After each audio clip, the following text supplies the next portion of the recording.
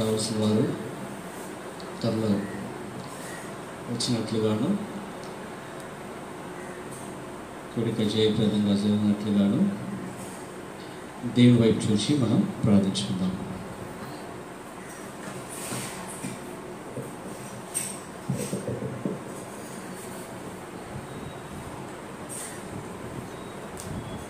ప్రేమ నమ్మకం గల ప్రియ పరలోకమందున్న మా తండ్రి, మహాపరిశుద్ధుడా, జీవదేవా, జీవాధిపతి, నిన్న నేడు మారిన దేవ, మార్పుక్షణ దేవ, యుగము సృజన దేవ, స్తోత్రమైన మీ కుమారుడు మా రక్షకుడు యేసుక్రీస్తు ఉన్నతమైన శ్రేష్టమైన ఘనమైన పరిశుద్ధమైన నామములో మీ పాసంలో చేరి నా సాయంకాల సమయంలో నేను చిన్న మందగా కూడుకుంటూ మీరు ఇచ్చిన సమయాన్ని బట్టి నేను మీకు వందన స్తోత్రం. ఎక్కడ ఇద్దరు ముగ్గురు నా నాన్నందు కూడి ఉంటాడో వారి మధ్యలో నేను ఉంటానని సెలవుచిందేవా. దయగల తండ్రి, నేను మీరు మా మధ్యలో ఉండి మాకు ఈ దినాల్లో ఏది అవసరమో, మేము దేని కొరకు లోకంలో జీవించాలో, దేని కొరకు మేము దీన్ని మేము అనుభవించాలో,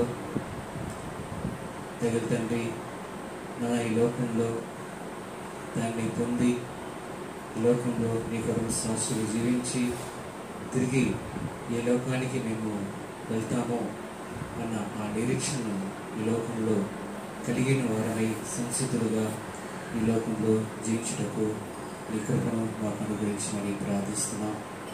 దగ్గర తండ్రి ఈ లోక యుగ సంబంధి సాతానుడు ఎవరిని మృంగుదమాని గర్జించి సింహరీతిగా తిరిగిలాడుతుండగా, దగ్గర తండ్రి లోకమంతా వాడి వలలో చిక్కుకొని లోకమే శాశ్వతమని నేను తిరుగుతూ జీవిస్తున్నా వారందరి నిమిత్తమై ప్రార్థిస్తున్నా. దగ్గర తండ్రి, మరి మాకైతే ప్రభువైన యేసుక్రీస్తు ఎరుగుట భాగ్యాన్ని మాకు అనుగ్రహించినందుకు స్తోత్రాలు. అవునన్నా దగ్గర తండ్రి, ఈ లోకంలో మాకు ఏది శాశ్వతం కాదు. మరి శాశ్వతమైనది పరలోక రాజ్యము. మరి దాని కొరకు ఈ లోకంలో మేము జీవించాలని నీ వాక్యం ద్వారా తండ్రి మమ్మల్ని తండ్రి మాకు తెలియపరుస్తూ, దగ్గర తండ్రి ఈ లోకంలో అలా జీవించటకు మీరు మాకు నేర్పిస్తున్న మీ కృపను బట్టి స్తోత్రం చేసుకుంటున్నా. దగ్గర తండ్రి కనికరించండి. దగ్గర తండ్రి మేము తప్పిదం చేయవారము, పొరపాటు చేయవారము, పడిపోయేవారము కనుక తండ్రి మీరే జ్ఞాపకం చేసుకోండి, లేవనెత్తండి, కనికరించమని ప్రార్థిస్తున్నాం. దగ్గర తండ్రి ఈ సమయంలో వచ్చిన వారిని బట్టి మీకు వందన స్తోత్రాలు. దగ్గర తండ్రి రావాల్సిన వారిని త్వరగా నడిపించండి, మీరే సహాయం చేయండి. దగ్గర తండ్రి ఈ కూడికను మీరే జయప్రదంగా నడిపించండి. దగ్గర తండ్రి ఏది కూడా తండ్రి మమ్మల్ని మాది ఏది కూడా మేము చూపించుకోకుండా నిన్ను మహింపరచటకు, నిన్ను నీ మహిమను మేము కనపరచటకు మీరే తండ్రి సహాయం చేయమని ప్రార్థిస్తున్నాం. దగ్గర తండ్రి కనికరించండి. కీర్తనాకారుడు శిరస్సు ఎత్తుగా మాకు కాదు యెహోవా నీ నామ మహిమ కీర్తికులకి మేము చేయటకు సహాయం చేయమని ప్రార్థిస్తున్నాం. కనికరించండి. ఈ సమయంలో మాతో కూడా ఉండండి. దగ్గర తండ్రి ఆది నుండి అంతం వరకు మీరే ఏది చేయాలో సమయోచితమైన జ్ఞానాన్ని ఇప్పుడు మాకు అనుగ్రహించండి ప్రార్థిస్తూ, ఈ సమయం అంతట్లో మీరే మాతో ఉండమని ప్రార్థిస్తూ, ఉడిసిన బిడ్డలు బట్టి మీకు వందనాలు స్తోత్రం చేసుకుంటూ రావాల్సిన వారి తండ్రి సకాలం నడిపించి నేను మహింపించే భాగ్యాన్ని అందరికీ దయచేయమని నీ వాక్య వెలుగులో ప్రార్థన తండ్రి శక్తి కలిగి ఈ లోకంలో తండ్రి ప్రార్థన పరులుగా మేము జీవించి మీరే సహాయం చేయమని ప్రార్థిస్తూ మీ చేతికి మమ్మల్ని అర్పించుకుంటూ మహిమ ఘనత ప్రభువు మీకు అర్పించుకుంటూ మా రక్షకుడును మీ ప్రియకుమారుడైన యేసుక్రీస్తు శ్రేష్టమైన నామమున స్తుతించి గణపరిచి వేడుకొంచున్నాము తండ్రి.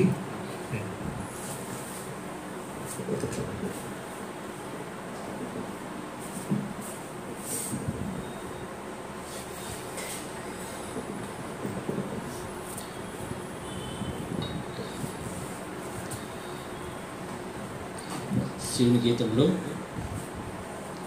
పాట సంఖ్య,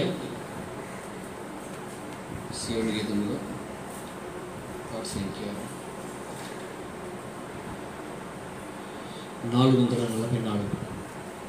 శివుని గీతంలో పాట సంఖ్య 444. పాత పాటల పుస్తకం 441. సంతర్శిల్లును మీ హృదయాలు.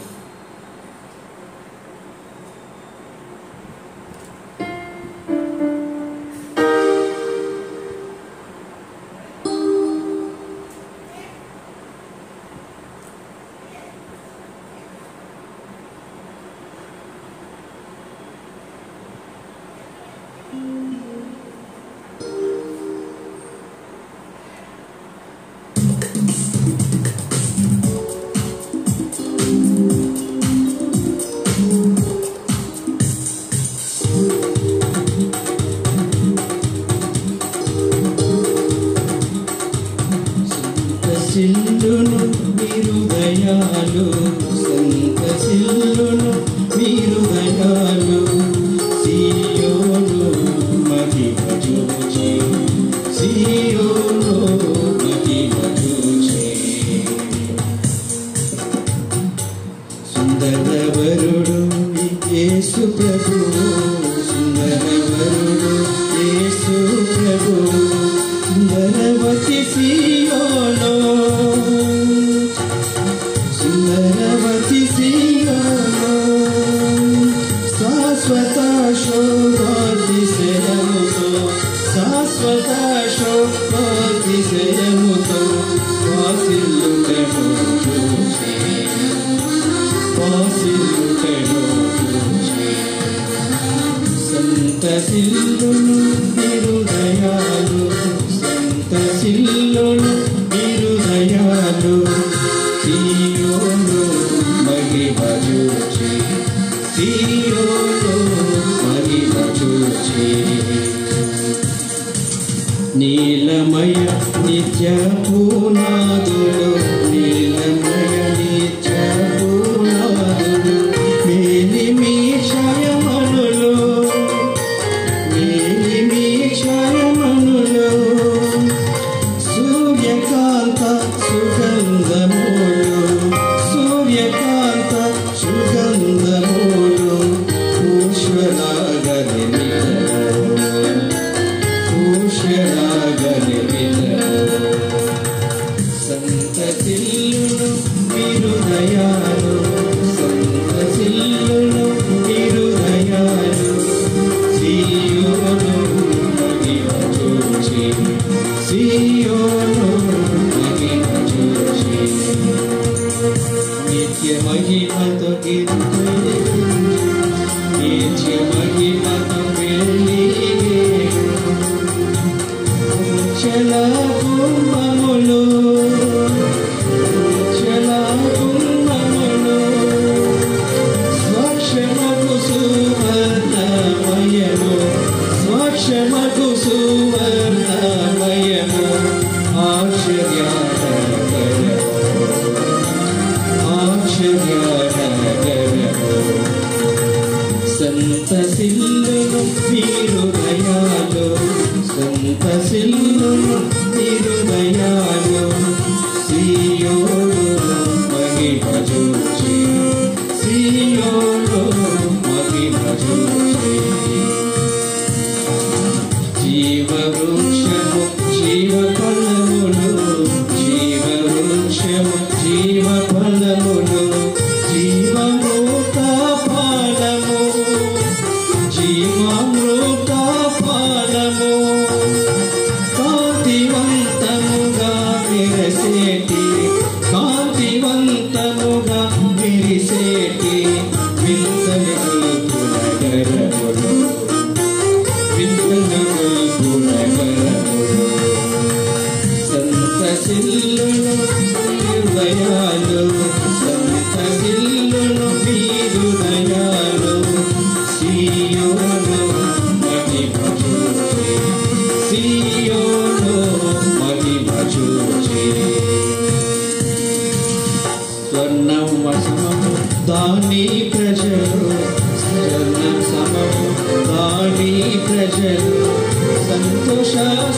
సాహితులు సంతోష సాహితులు దూతలే వింత పడునట్లు దూతలే వింత పడునట్లు ఖ్యాతిని కలిగిన వారు ఖ్యాతిని కలిగిన వారు సంతసిల్లును వీరు దయాలు సంతసిల్లును వీరు దయాలు సీయోను మహిమ చూచి సీయోను మహిమ చూచి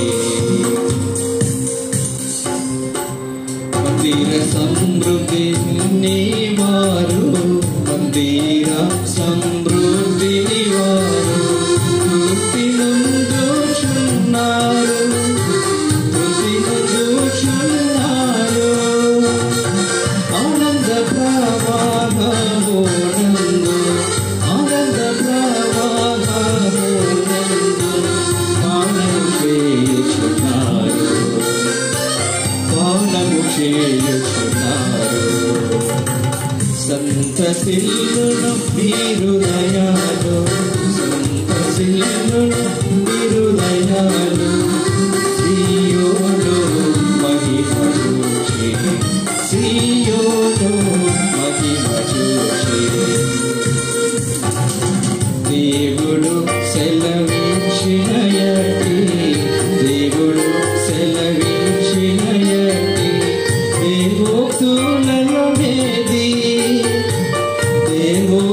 దేవోక్తులలోనేది జరుగకుండగా పోలేదు జరుగకుండగా పోలేదు వరుసగా నెరవేర వరుసగా నెరవేర సంతసిల్లును వీరు దయాలు సంతసిల్లును వీరు దయాలు సీయోను మహిమ చూచి సీయోను మహిమ చూచి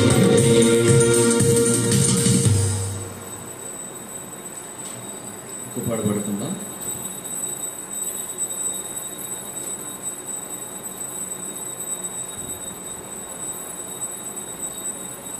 పాట సంఖ్య 632 పాట సంఖ్య 632 పాత పాట పుస్తకం 619 లోకమునకు నన్ను దేవ నా దేవ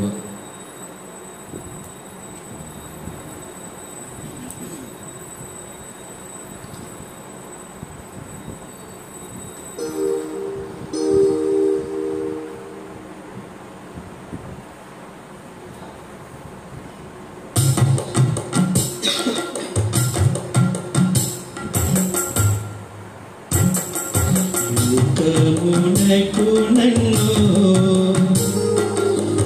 లోకమునకు నన్ను దేవా నా దేవా ఉప్పుగా చేసేటివి అద్భుత దేవా నా దేవా ఉప్పుగా చేసేటివి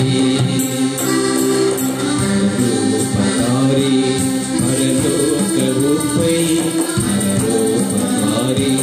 పరలోకముపై ఘోర పాపినైన శుద్ధీకరించేటివి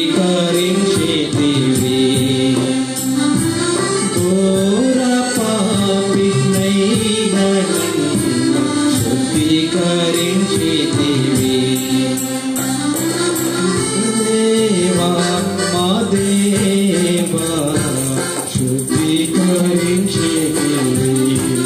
అద్భుత దేవా నా దేవా శుద్ధీకరించేటివి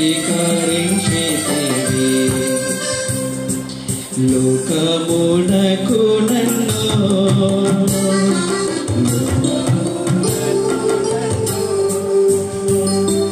దేవా నా దేవా చేసేటివి అద్భుత దేవా నా దేవా చేసేవి ఎరికో నీల వలె నా జీవం ఎరికో నీల వలె నా జీవం మరణాక్షేదై యుండని రుచిగా మార్చేవి మరణాక్షేదై యుండని రుచిగా మార్చేవి దేవా నా దేవా రుచిగా మార్చేవి అద్భుతం దేవా నా దేవా రుచిగా మార్చేవి లోకమునకు నన్ను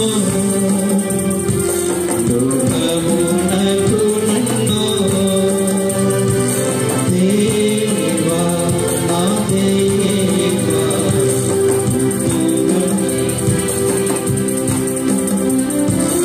దేవా నా దేవా రూపుగా చేసేవి ఆరోత హృదయం నూతనపరచి హృదయం నూతనపరచి పరమాత్మకు తోడని నింపిన దేవుండవు పరమాత్మకు తోడని నింపిన దేవుండవు అద్భుత దేవా నా దేవా నింపిన దేవుండవు అద్భుత దేవా నా దేవా నింపిన దేవుండవు లోకమునకు నన్ను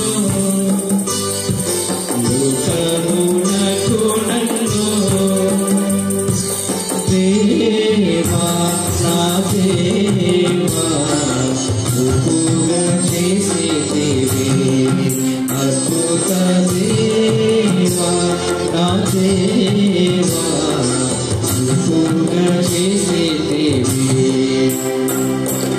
కరుణాకు ఇలలో క్రీస్తు రుచి కరుణాకు ఇలలో క్రీస్తు రుచి నిరతామునే చూపునట్లు హరిచునను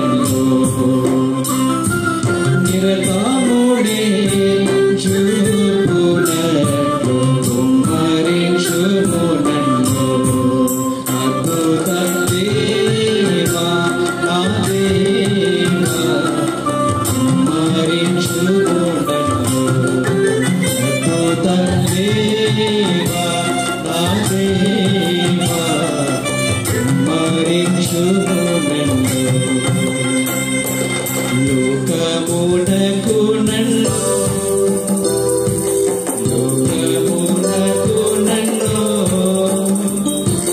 దేవా నా దేవా రూపుగా చేసేవి అద్భుత దేవా నా దేవా రూపుగా చేసేవి నిత్య జీవం ఈ సంతోషం నిత్య జీవం ఈ సంతోషం నిత్య సమాధానమిచ్చి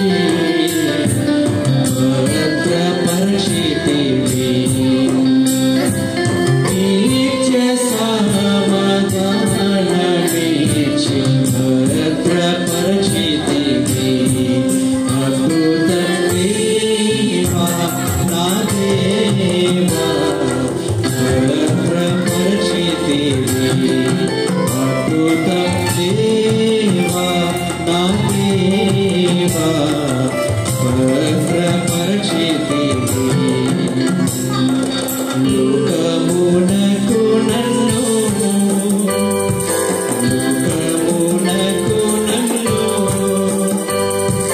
దేవా నా దేవా రూపుగా చేసేవి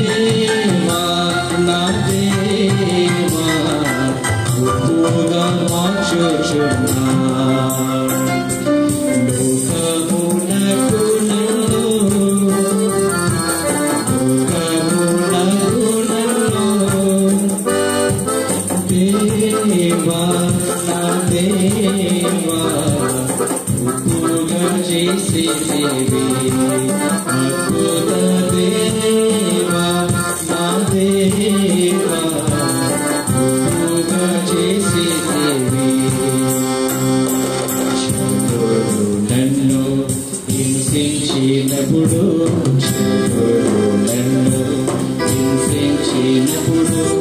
ఎన్ని చెడ్డ మాటలన్నా హల్లెలూయా పాడేదన్.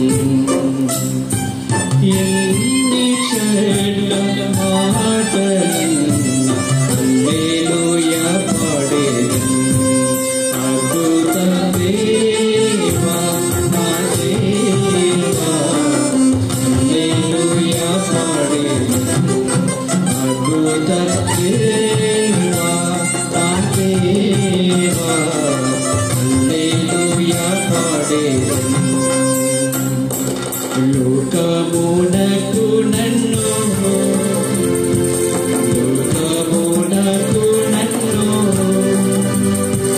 దేవా నా దేవా గొప్పగా చేసేవి.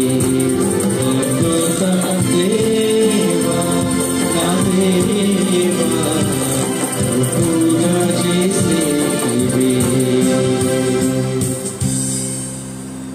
దేవుని వాక్యం వెళ్ళక ముందు ఒక పాట పాడుకుందాం. పాట సంఖ్య 648. పాట సంఖ్య 648. పాత పాటల పుస్తకం అయితే 635. ఓ ప్రభువా నీ సేవను చేసేదా నిత్యం.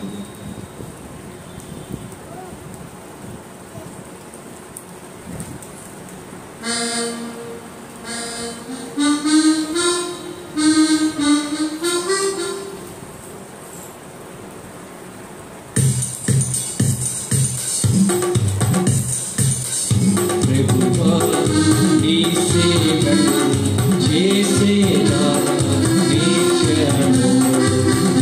ప్రభువా నీ సేవను చేసేదా నిత్యము. నీ మాటే వినేదా నరుని మాట వినకుందు. నీ మాటే వినేదా నరుని మాట వినకుందు. ప్రభువా నీ సేవను చేసేదా నిత్యము. ప్రభువా నీ సేవను చేసేదా నిత్యము. శోధించు స్వర్ణములు వినబడుచున్నావి. వేధించు నేరములు వినబడుచున్నావి. బోధించు నీ మార్గం వినిపించు నీ స్వరము. బోధించు నీ మార్గం వినిపించు నీ స్వరము. ప్రభువా నీ సేవను చేసేదా నిత్యము. ప్రభువా నీ సేవను చేసేదా నిత్యము. బలమైన శత్రువు బాధించుచున్నాడు. విలువైన నిరంతరం దూషించు నాపైన. నీ హస్త బలముతో జయము నాకిమ్ము. నీ హస్త బలముతో జయమును నాకిమ్ము. ప్రభువా నీ సేవను చేసేదా నిత్యము. ప్రభువా నీ సేవను చేసేదా నిత్యము. లోకాశలు నన్ను కదిలించుచున్నావి. నిరాశ సమయములో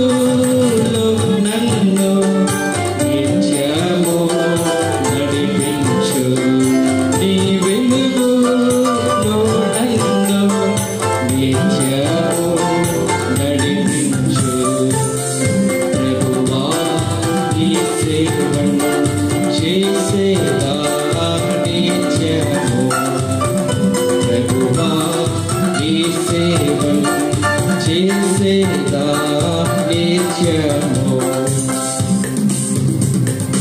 ఎల్లాని నీ స్వరము మధురముగా వినిపించు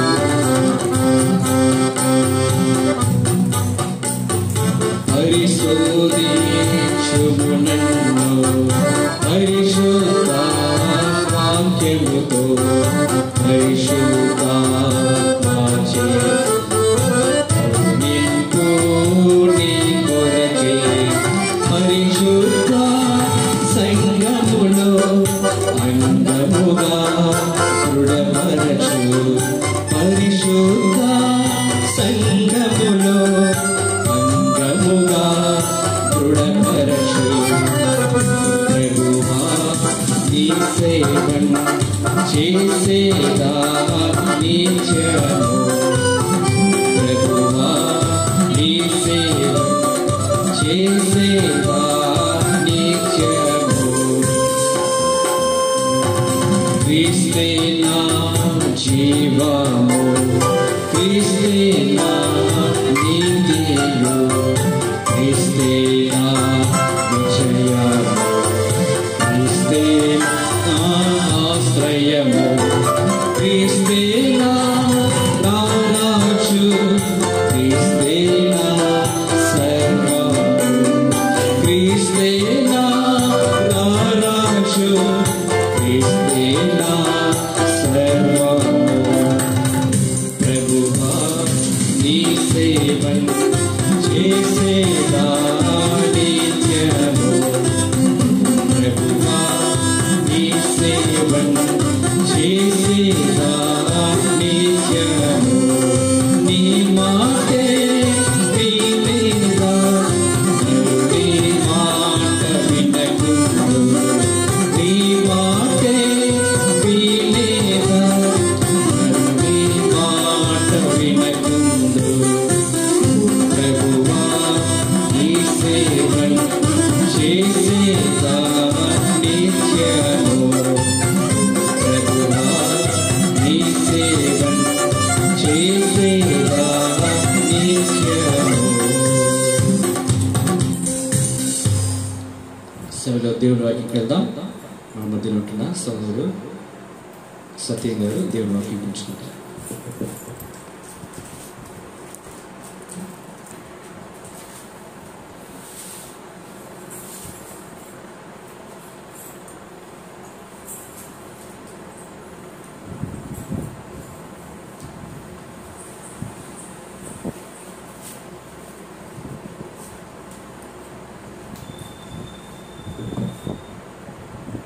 చేరవచ్చిన మీకు అందరికీ ప్రభువైన యేసుక్రీస్తు నామములో వందనాలు తెలియజేస్తున్నాను.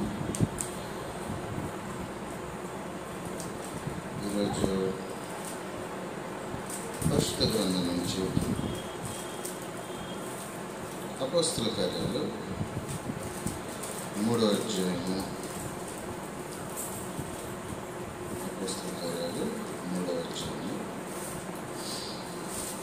ప్రభువైన యేసు మృతి పొందిన తర్వాత అపోస్తలులు క్రీస్తు మార్గాన్ని విస్తరింపజేస్తున్న ప్రారంభ దినాలు. రక్షణ మొదట యూదుల నుండి ప్రారంభించబడింది అని మనకందరికీ తెలుసు. మన ప్రభువు యెరూషలేములో ఇశ్రాయేలు జనాంగంలో యూదు జాతిలో పుట్టి మొట్టమొదట యూదుల్ని దేవుని రాజ్యానికి ఆహ్వానించిన కార్యక్రమం జరిగింది. ఆ సందర్భంలో అపోస్తలులైన పేతురు మాట్లాడుతున్న అద్భుతమైన ప్రసంగం 3వ అధ్యాయంలో మనకు కనిపిస్తుంది. అపోస్తలుల కార్యాలు 3వ అధ్యాయంలో యూదులు ధర్మశాస్త్ర ప్రకారం అనేక విధమైన సంగతుల్ని జీవిత విధానంగా కలిగిన వాళ్ళు. ఈరోజు కూడా మన ఈరోజు ఆదివారం పొద్దున మందిరానికి వెళ్ళి వచ్చేసి ఉంటాం, సాయంకాలం ప్రార్థనకు వచ్చాం. మధ్యలో ఏదైనా పనులు చేసుకున్నామా, ఏదైనా అర్జెంట్ పని పడింది అనుకోండి, పనులకు వెళ్ళిపోతాం. కానీ ఈ రోజుకి యూదుల యొక్క విశ్రాంతి దినం శనివారము ఈ రోజుకు మీరు టెల్ అవీవ్లో కానివ్వండి, ఇస్రాయేల్ దేశంలో కానివ్వండి, ఇస్రాయేల్ ఆచరిస్తున్న విశ్రాంతి దినాన్ని చూడవచ్చు. ఎంత అద్భుతంగా ఉంటుందంటే అర్ధ కిలోమీటర్కు మించి దూరంగా నడవరు. చెప్తే నమ్ముతారు లేదు మీరు. ఈ రోజుకి కూడా జరుగుతుంది. నిన్న చేస్తుంటారు వాళ్ళు, మనకి ఇది ఆదివారం, నిన్న శనివారం, వాళ్ళు విశ్రాంతి దినాన్ని ఆచరించుంటారు. అర్ధ కిలోమీటర్ పైన నడవరు. విశ్రాంతి దినంలో జీవనోపాధి అయిన ఏ పని చేయరు. మన ఆదివారానికి మనకు సెలవు, వాళ్ళకి శనివారం సెలవు. కాబట్టి ఒక విశ్రాంతి దినం గురించి వివరిస్తే అది సంగతి. కాబట్టి ఈ రకంగా ధర్మశాస్త్రంలో దేవుడు వారికి ఇచ్చిన అనేక ఆజ్ఞలను అనుసరించి తమ యొక్క జీవితాన్ని కొనసాగిస్తూ ఉన్న జనం ఇశ్రాయేలు జనం.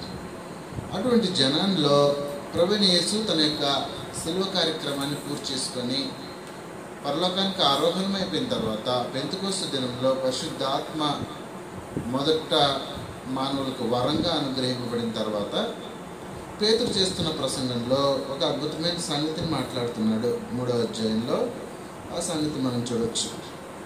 17వ వచనం నుంచి. సహోదరులారా, అపోస్తల కార్యాలు 3వ అధ్యాయము 17 నుంచి.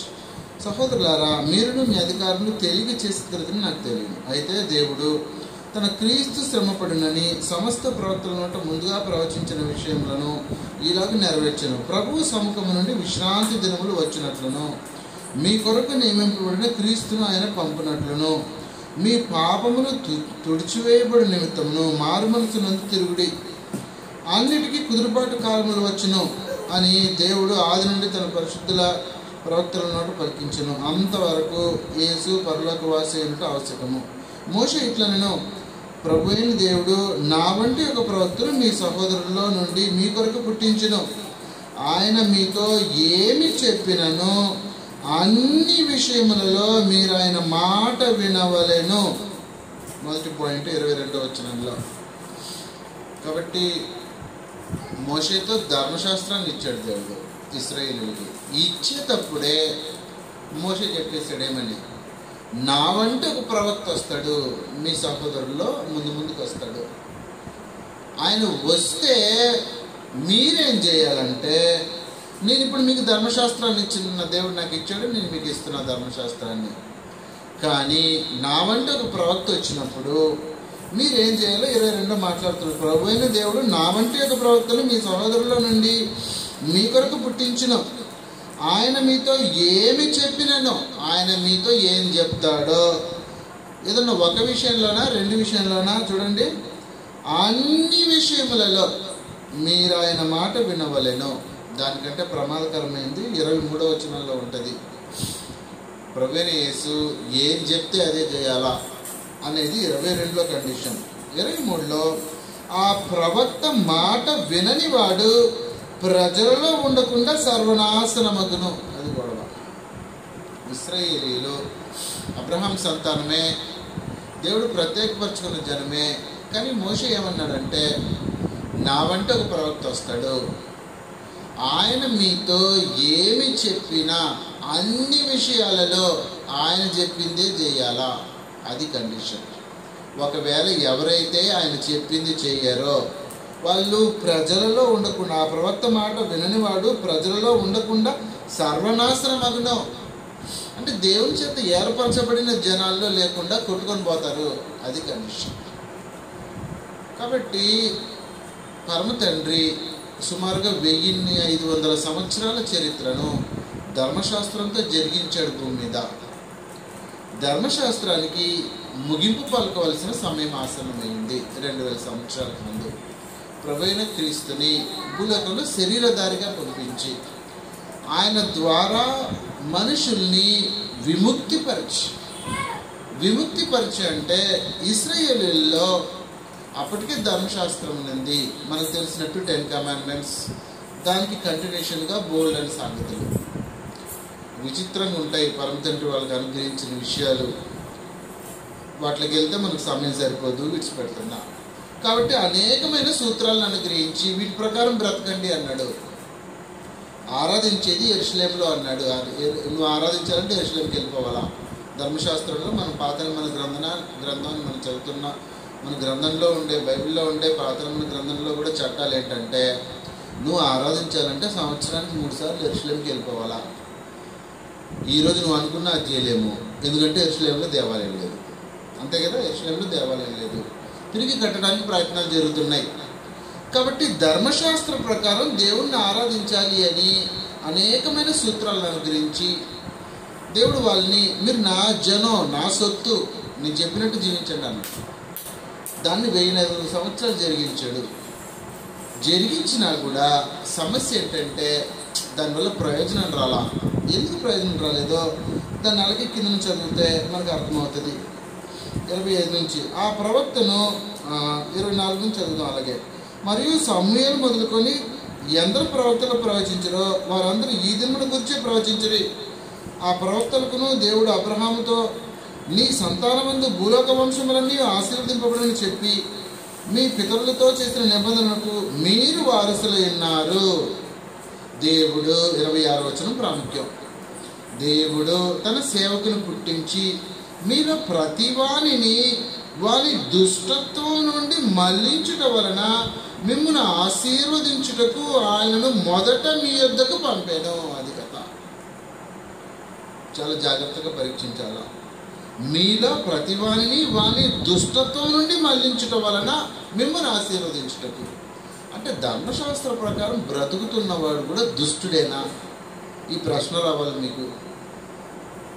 అంటే ధర్మశాస్త్ర ప్రకారం వాళ్ళు ధర్మశాస్త్రం అనుసరించి జీవించే ప్రయత్నాలు చేస్తున్నారు. వాళ్ళకి దేవుడు ఏం చెప్తున్నాడంటే, మీ దుష్టత్వం నుండి అంటున్నాడు చూడండి, మీలో ప్రతి వారిని వారి దుష్టత్వం నుండి మళ్లించుట వలన మిమ్మల్ని ఆశీర్వదించుటకు ఆయన మొదట మీ ఎందుకు, అంటే యేసుక్రీస్తుని ఇశ్రాయేలు దగ్గరికి ఎందుకు పంపించాడంటే మీ దుష్టత్వం నుంచి ఆయన మిమ్మల్ని మళ్లించేస్తాడు. అది సంగతి. ధర్మశాస్త్ర ప్రకారం ఏ మానవుడును దేవుని ఎదుట నీతిమంతుడిగా తీర్చబడ్డావు. యేసుక్రీస్తు మూలంగా మాత్రమే మానవుడు దేవుని ఎదుట నీతిమంతుడిగా తీర్చబడతాడు. కాబట్టి ఇశ్రాయేలీలతో పేతురు ఏమంటున్నాడంటే, ఇశ్రాయేలీలారా 1500 సంవత్సరాలు గడిచిన సంగతి వదిలిపెట్టండి. ఇప్పుడు సంగతి ఏంటంటే, మనకు మోషే చెప్పినట్టు దేవుడు తన ప్రవక్తను పంపించేశాడు, మన రక్షకుడిని అనుగ్రహించాడు. ఆయన మాట మనం వినాలా. ఏదో 1-2 విషయాల్లోనా, అన్ని విషయాలలో అది కండిషన్. సమస్య ఎక్కడ వస్తుందంటే, యేసుక్రీస్తును అనుసరిస్తున్న జనాల్లో ఇది చాలా పెద్ద సమస్య. ఏంటంటే, ఆయన చెప్పిన అన్ని విషయాల్లోనూ ఆయన చెప్పినట్టే మేము ఉండడానికి ఫస్ట్ ఏం చెప్పాడో తెలియాలా. అది గొడవ. అంత కాన్సన్ట్రేషన్, అంత శ్రద్ధ అనేకులకి కనిపించకుండా పోతుంటుంది. ఇకపోతే ఎలా అడ్జస్ట్ అవుతుంటారంటే యేసుక్రీస్తుని వెంబడిస్తున్న వాళ్ళు ఈరోజు ఏముంది బ్రదర్, ఏదో కొన్ని విషయాలు ఆయన చెప్పినట్టు మనం చేసుకుంటూ వెళ్ళిపోతున్నాం, ఏం పెద్ద సమస్య వస్తుంది దానివల్ల అన్న భ్రమలో బ్రతుకుతూ ఉంటారు. దానికి ఒక మంచి ఉదాహరణ చెప్పచ్చు. ఈరోజు ఎడ్యుకేషన్ సిస్టమ్ ఉంది భూమి మీద. ఒక 10వ తరగతి పాస్ అవ్వాలంటే అందులో 5 సబ్జెక్టులు, 5 సబ్జెక్టులోనూ మళ్ళీ పాస్ మార్క్ 35 క్రాస్ అవ్వాలా. క్రాస్ అవ్వకపోతే నువ్వు పాస్ అవ్వలేవు. 10th పాస్ అయ్యాను అని చెప్పే వ్యక్తి ఏ సబ్జెక్ట్లో ఎంత మార్కులు అని అడుగుతారు. వెంటనే ఏదన్నా ఒక సబ్జెక్ట్లో 35కు తక్కువ వచ్చి మిగిలిన 4 సబ్జెక్టులోనూ నువ్వు 100కు 100 తెచ్చుకున్నా నువ్వు 10th క్లాస్లో ఫెయిలే. అది సంగతి. ఏంటి, నేను 4 సబ్జెక్టులు 100కు 100 తెచ్చాను కదా, ఈ ఒక్క సబ్జెక్టే కదా మార్కులు వేయచ్చు కదా, ఈ సబ్జెక్టులో నీకు సబ్జెక్ట్ లేదు, నువ్వు తిరిగి రాయి, తిరిగి నేర్చుకో, రాయి, మార్కులు వస్తే అప్పుడు చూద్దాం సంగతి అంటుంది గవర్నమెంట్.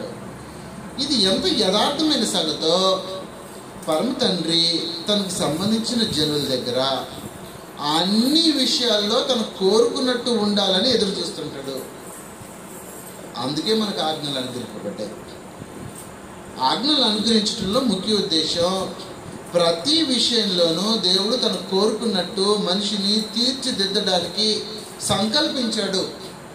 దాన్ని ఆయన మాట్లాడుతున్నాడు, మీలో ప్రతి వారిని వాని దుష్టత్వము నుండి మళ్లించుట వలన మిమ్మల్ని ఆశీర్వదించడానికి.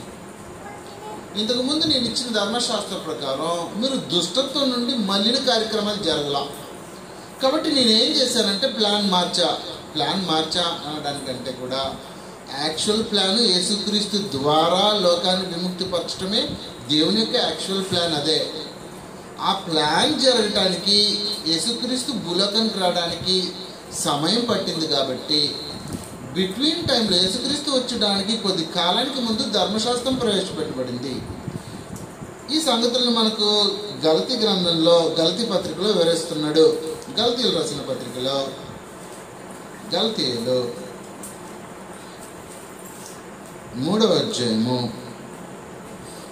19వ వచనం నుంచి వివరిస్తున్నాడు సంగతులు. లేకపోతే 15 నుంచి చదువుదాం, మీకు బాగా అర్థమవుతుంది. నేను చెప్పినది ఏమనగా, గలతీ 3వ అధ్యాయము 17వ వచనము, నేను చెప్పినది ఏమనగా 430 సంవత్సరములైన తర్వాత వచ్చిన ధర్మశాస్త్రము వాగ్దానం నిరర్ధకం చేయనంతగా పూర్వమందు దేవుని చేత స్థిరపరచబడిన నిబంధనను కొట్టివేయదు.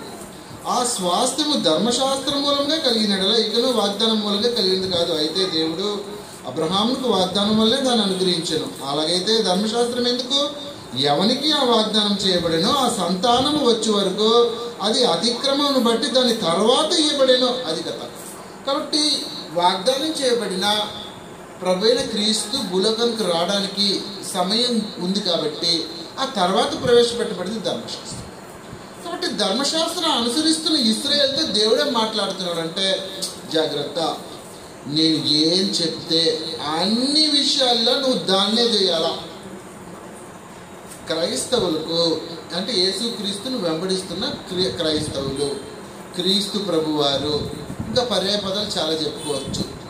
కాబట్టి క్రీస్తును అనుసరించి పరలోకానికి వెళ్ళాలన్న ఉద్దేశం కలిగిన వ్యక్తి తన జీవితంలో అన్ని విషయాలలో, ఒక విషయం కాదు, లేకపోతే 99 కాదు, ప్రతిదీ నేను నా ప్రభు చెప్పినట్టు చేస్తున్నానా అని పరీక్షించుకోవాల్సిన అవసరం ఉంది. లేకపోతే ప్రమాదంలో పడిపోతాం. అపోస్తలుల కార్యాలు 20వ అధ్యాయంలో కూడా అపోస్తలుడైన పౌలు ఈ విషయాన్ని తిరిగి నొక్కి మాట్లాడుతున్నాడు. అపోస్తలుల కార్యాలు 20వ అధ్యాయము, అపోస్తలుల కార్యాలు 20వ అధ్యాయము 35వ వచనాన్ని మనం చూసినట్లయితే,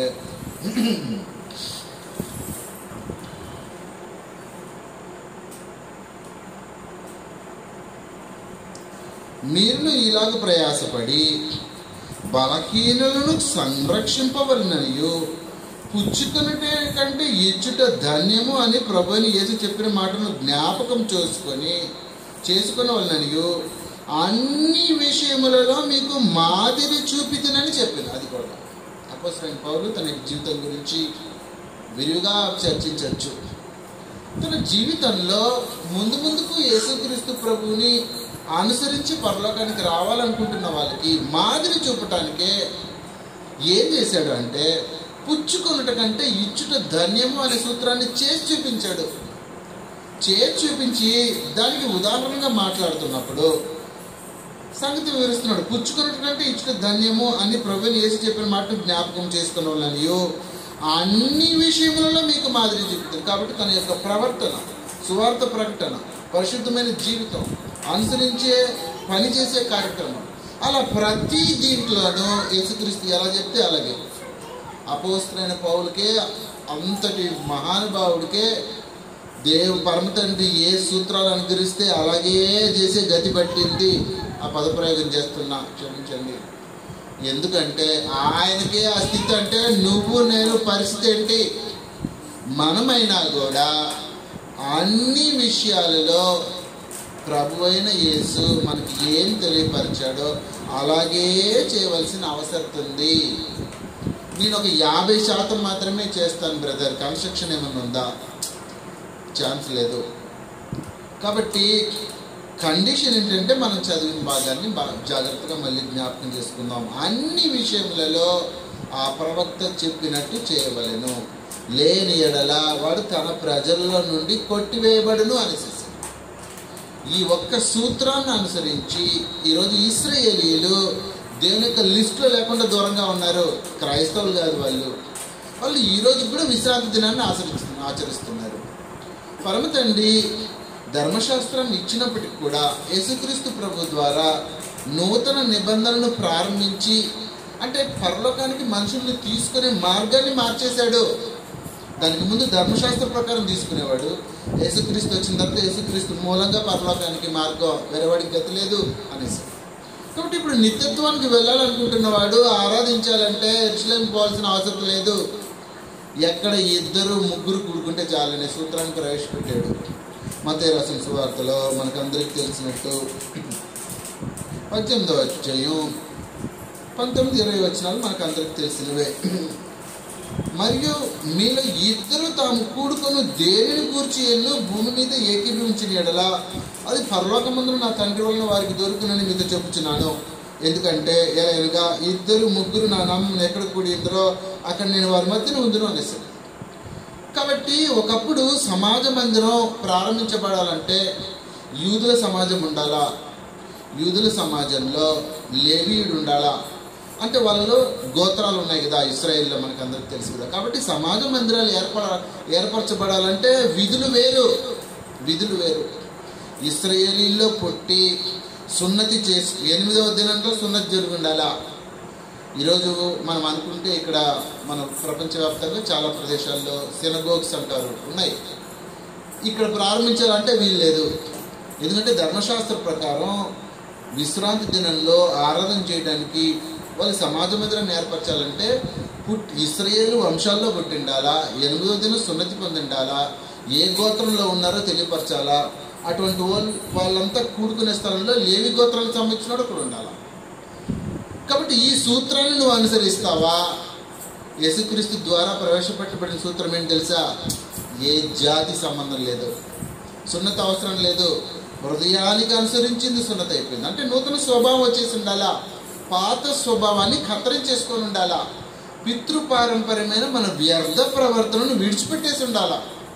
కాబట్టి నూతన పురుషుడిగా ప్రభు సముఖంలో ఉండి నువ్వు ఎక్కడైనా సరే భూమి మీద ఏ ప్రదేశంలో ఉన్నా 2 ఉంటే చాలు, నువ్వు ఆరాధన స్టార్ట్ చేసేసేయచ్చు. కాబట్టి ఇప్పుడు సంగతి ఏంటంటే మనం చేస్తుంది ప్రభు అయిన క్రీస్తు మనకు తెలియపరిచిన సంగతులు చేస్తున్నామా లేదా? ఈరోజు అదే అన్ని విషయాల్లో అనేది చాలా ప్రాముఖ్యంగా కావాల్సిన అవసరం ఉంది. అన్ని విషయాలలో ప్రభు ఎలా చెప్తే నేను అలాగే ఉంటాను అంటే అసలు గొడవలే రావు. అద్భుతంగా ఉంటుంది క్రైస్తవ జీవితం.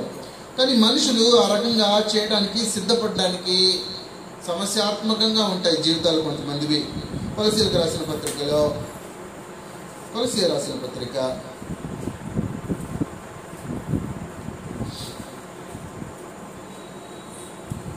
1వ అధ్యాయము 9, 10, 11 వచనాల్లో అన్ని విషయాల్లో అనేది తిరిగి పరిశుద్ధాత్మ దేవుడు నొక్కి మాట్లాడుతున్నాడు. చూడండి,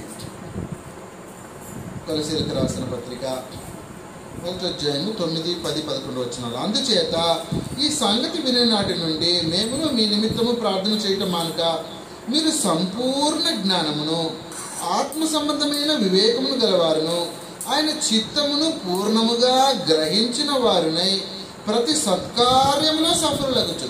ఏదన్నా 1-2 సత్కార్యాలు సఫలమైతే చాలా. కండిషన్ ఏం చెప్తున్నాడు? ప్రతి సత్కార్యమో, ప్రతి కార్యక్రమంలో సఫలం కావాలా. కండిషన్ జాగ్రత్తగా వినండి. ఆయన చిత్తమును పూర్ణముగా గ్రహించిన వారే ప్రతి సత్కార్యంలో సఫలమగుచు దేవుని విషయమైన జ్ఞానమందు అభివృద్ధి పొందుచు అన్ని విషయములలో ప్రభువును సంతోషపెట్టినట్లు. అది కదా. కాబట్టి నువ్వు ప్రభువును వెంబడిస్తున్నావా? క్రైస్తవుడివా? ధర్మశాస్త్రం నుంచి వేరుపడినవాడువా? నిత్యత్వానికి అంటే మన భాషలో చెప్పాలంటే పరలోకానికి వెళ్ళాలనుకుంటున్నావా? యేసుక్రీస్తుని వెంబడిస్తే అన్ని విషయములలో ప్రభువును సంతోషపెట్టినట్లు 11వ వచనంలో చూడండి, ఆయనకు తగినట్టుగా నడుచుకునవలననియు ఆనందముతో కూడిన సంపూర్ణమైన ఓర్పును దీర్ఘశాంతమును కనుపరిచినట్లు ఆయన మహిమ శక్తిని బట్టి సంపూర్ణ బలంతో బలపరచబడవాలననియు నేను ప్రార్థన చేస్తున్నాను. కాబట్టి మనం ఏం చేసినా అన్ని విషయాల్లో ప్రభువును సంతోషపెట్టేటట్టు జీవిస్తున్నామా అనేది పరీక్షించుకోవాల్సిన అవసరం ఉంది. బ్రదర్, నేను కొన్ని విషయాల్లో కొద్దిగా అటు ఇటు అలా అలా అడ్జస్ట్ అయిపోతుంటారు. ప్రతి ఒక్క విషయంలోనూ నేను ప్రభువుని సంతోషపెడుతున్నానా అనే పరీక్ష నిత్యత్వానికి అంటే పరలోకానికి వెళ్ళాలనుకునే వాడికి పరీక్షించుకోవాల్సిన అవసరం ఉంటుంది. అలా ఎవరైతే తమను తాము పరీక్షించుకుంటున్నారో, చిన్న సమస్య వచ్చింది స్థానిక సంఘంలో, సమస్య వస్తే సహోదరులతో గొడవ వచ్చింది, గొడవ వస్తే ఇప్పుడు నేను ఏం చేయాలా, నేను ఏం చేస్తే నా ప్రభువుని సంతోషపెడతా అనే సూత్రాన్ని నువ్వు ఆధారం చేసుకొని నీ ప్రవర్తనను ప్రవర్తిస్తే అక్కడ స్థానిక సంఘంలో గొడవ రాదు. ఎందుకంటే ప్రభువుని సంతోషపెట్టాలా. ఇదే రకంగా నువ్వు ఆలోచించినట్టు నీ ఎదురుగుండే సహోదరుడు కూడా ఆలోచించాడు అనుకో, అప్పుడు ఇద్దరిలో గొడవలే రాదు. ప్రభు ఉన్నాడు, సర్లే సహోదరుడా ఇంకెంతకాలం ఉండబోతాం భూమి మీద, అడ్జస్ట్ చేసుకుని వెళ్ళిపోదాం. ఎక్కడికి? పరలోకానికి. గొడవ ఎందుకు మనకు భూమి మీద? కాబట్టి సమస్య ఎక్కడ వస్తుందంటే అన్ని విషయాలలో అనే దగ్గర విభేదిస్తున్నారు జనం. అన్ని విషయాలంతా కాదు బ్రదర్, ప్రార్థన పొద్దున్నే లేస్తా, బైబిల్ చదువుతా, ప్రార్థన చేసుకుంటా, ఆదివారం చర్చికి వెళ్తా, మీకు అర్థమవుతుందో లేదో, కావాల్సిన వైట్ అండ్ వైట్ వేసుకుంటా, ప్రభుత్వాలలో చేయేస్తా, క్యారెక్టర్ విషయం గురించి మాత్రం మాట్లాడద్దు, అవసరం వస్తే చొక్కా పట్టుకుని కొడతా. మీకు అర్థమవుతుందా? ఇలా ఉంది క్రైస్తవ జీవితం. ఈ చెంప మీద కొడితే ఈ చెంప చూపించరా అంటే మీకు అర్థమవుతుందా? ఈ చెంప మీద కొడితే ఈ చెంప చూపించరా అని ప్రభు సెలవిస్తే మత్తయి సువార్త ఎప్పుడన్నా చదివింటాడా తన జీవితంలో తెల్లా. ఆడు కొట్టనికి రావట్లా, ఈడు పోయి పరిగెత్తిపోయి కాళ్ళతో ఎగిచ్చి తన్నాడంట. నా బలం చూడరా అన్నాడంట. అన్ని విషయాల్లో ప్రభువుని సంతోషపెట్టిన వ్యక్తి అయితను. అన్ని విషయాల్లో ప్రభు సెలవిచ్చినట్టు నడుచుకున్న వ్యక్తి అయితను. ఇప్పుడు ప్రమాదకరమైనది మళ్ళీ జ్ఞాపకం చేసుకుంటాం. 24వ వచనంలో మళ్ళీ 3 అపోస్తల కార్యాలు 3:24 వద్దాం. 24వ వచనంలో ప్రమాదం ఏంటంటే, మరియు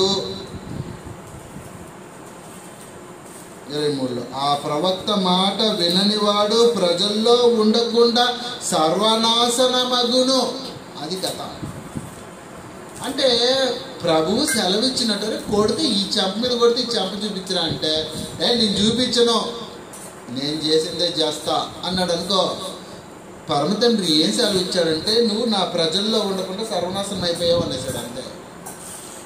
మరి ఆరతికి వస్తున్నాడే, బైబిల్ పెడుతున్నాడు, మైకులు పెట్టుకుని దంచేస్తున్నాడు.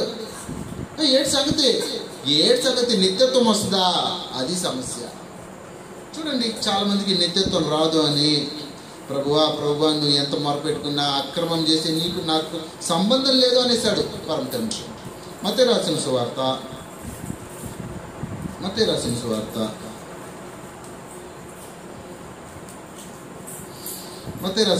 7వ అధ్యాయంలో 5వ అధ్యాయం నుంచి ప్రభు యేసు నన్ను వెంబడించాలంటే నువ్వు నా ద్వారా పరలోకానికి రావాలంటే, చూడండి గొడవ అంతా దేనికోసం అంటే పరలోకం కోసమే. అది బాగా గుర్తుపెట్టుకోవాలా. మొన్న సహోదరుడితో మాట్లాడుతూ ఉన్నాం, బ్రదర్ ఆదివారం మందిరానికి ఎందుకు వెళ్తున్నావు, పరలోకం నరకం. బ్రదర్ నాకు అదంతా తెలియదు బ్రదర్, నాకు పరలోకం నరకం ఇదంతా అవసరం లేదు. మీకు అర్థమవుతుందా?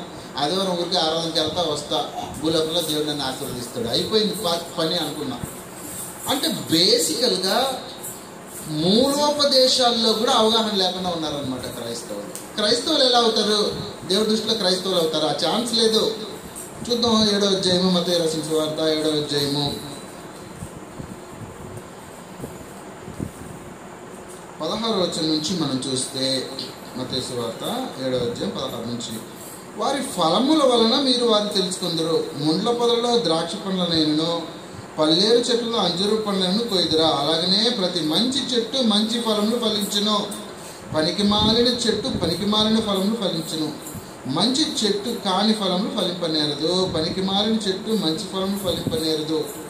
మంచి ఫలములు ఫలింపని ప్రతి చెట్టు నరకబడి అగ్నిలో వేయబడును. కాబట్టి మీరు వారి ఫలముల వలన వారిని తెలుసుకుందరు. ప్రభువా అని నన్ను పిలుచు ప్రతి వాడును పరలోక రాజ్యంలో ప్రవేశింపడు గాని పరలోకమందున నా తండ్రి చిత్తము చేయువాడే ప్రవేశించును.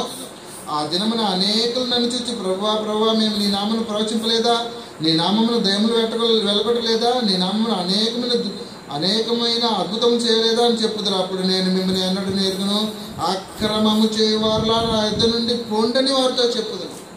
కాబట్టి జాగ్రత్తతో మనము అన్ని కార్యక్రమాల్లో ప్రభు చెప్పింది చేస్తున్నామా లేదా చూసుకోవాలా. అన్నిటిలో ఆయన చెప్తుంది చేస్తున్నామా, లేకపోతే అక్రమము చేసేవాళ్ళం. అక్రమము అంటే క్రమము కానిది. ఈ భూలోకంలో క్రమం అంటే ఏంటంటే ప్రభు ఇచ్చిందే. బాగా గుర్తుపెట్టుకోండి. రోడ్లో లెఫ్ట్లో నడువు అనే రూల్ ఉంది మన భారతదేశంలో. అమెరికాకి వెళ్ళిపోతే రైట్లో పోవాలి కార్లన్నీ. మన భారతదేశంలో లెఫ్ట్లో పోతుంటాయి. నువ్వు ఆ భారతదేశంలో లెఫ్ట్ రైడింగ్ ప్రాక్టీస్ చేసి అమెరికాకి వెళ్ళి రైట్లో తోలకుండా లెఫ్ట్లో తోలేమంటే ఏమవుతుంది? నీ కార్ని పట్టుకొని సీజ్ చేసేస్తాడు.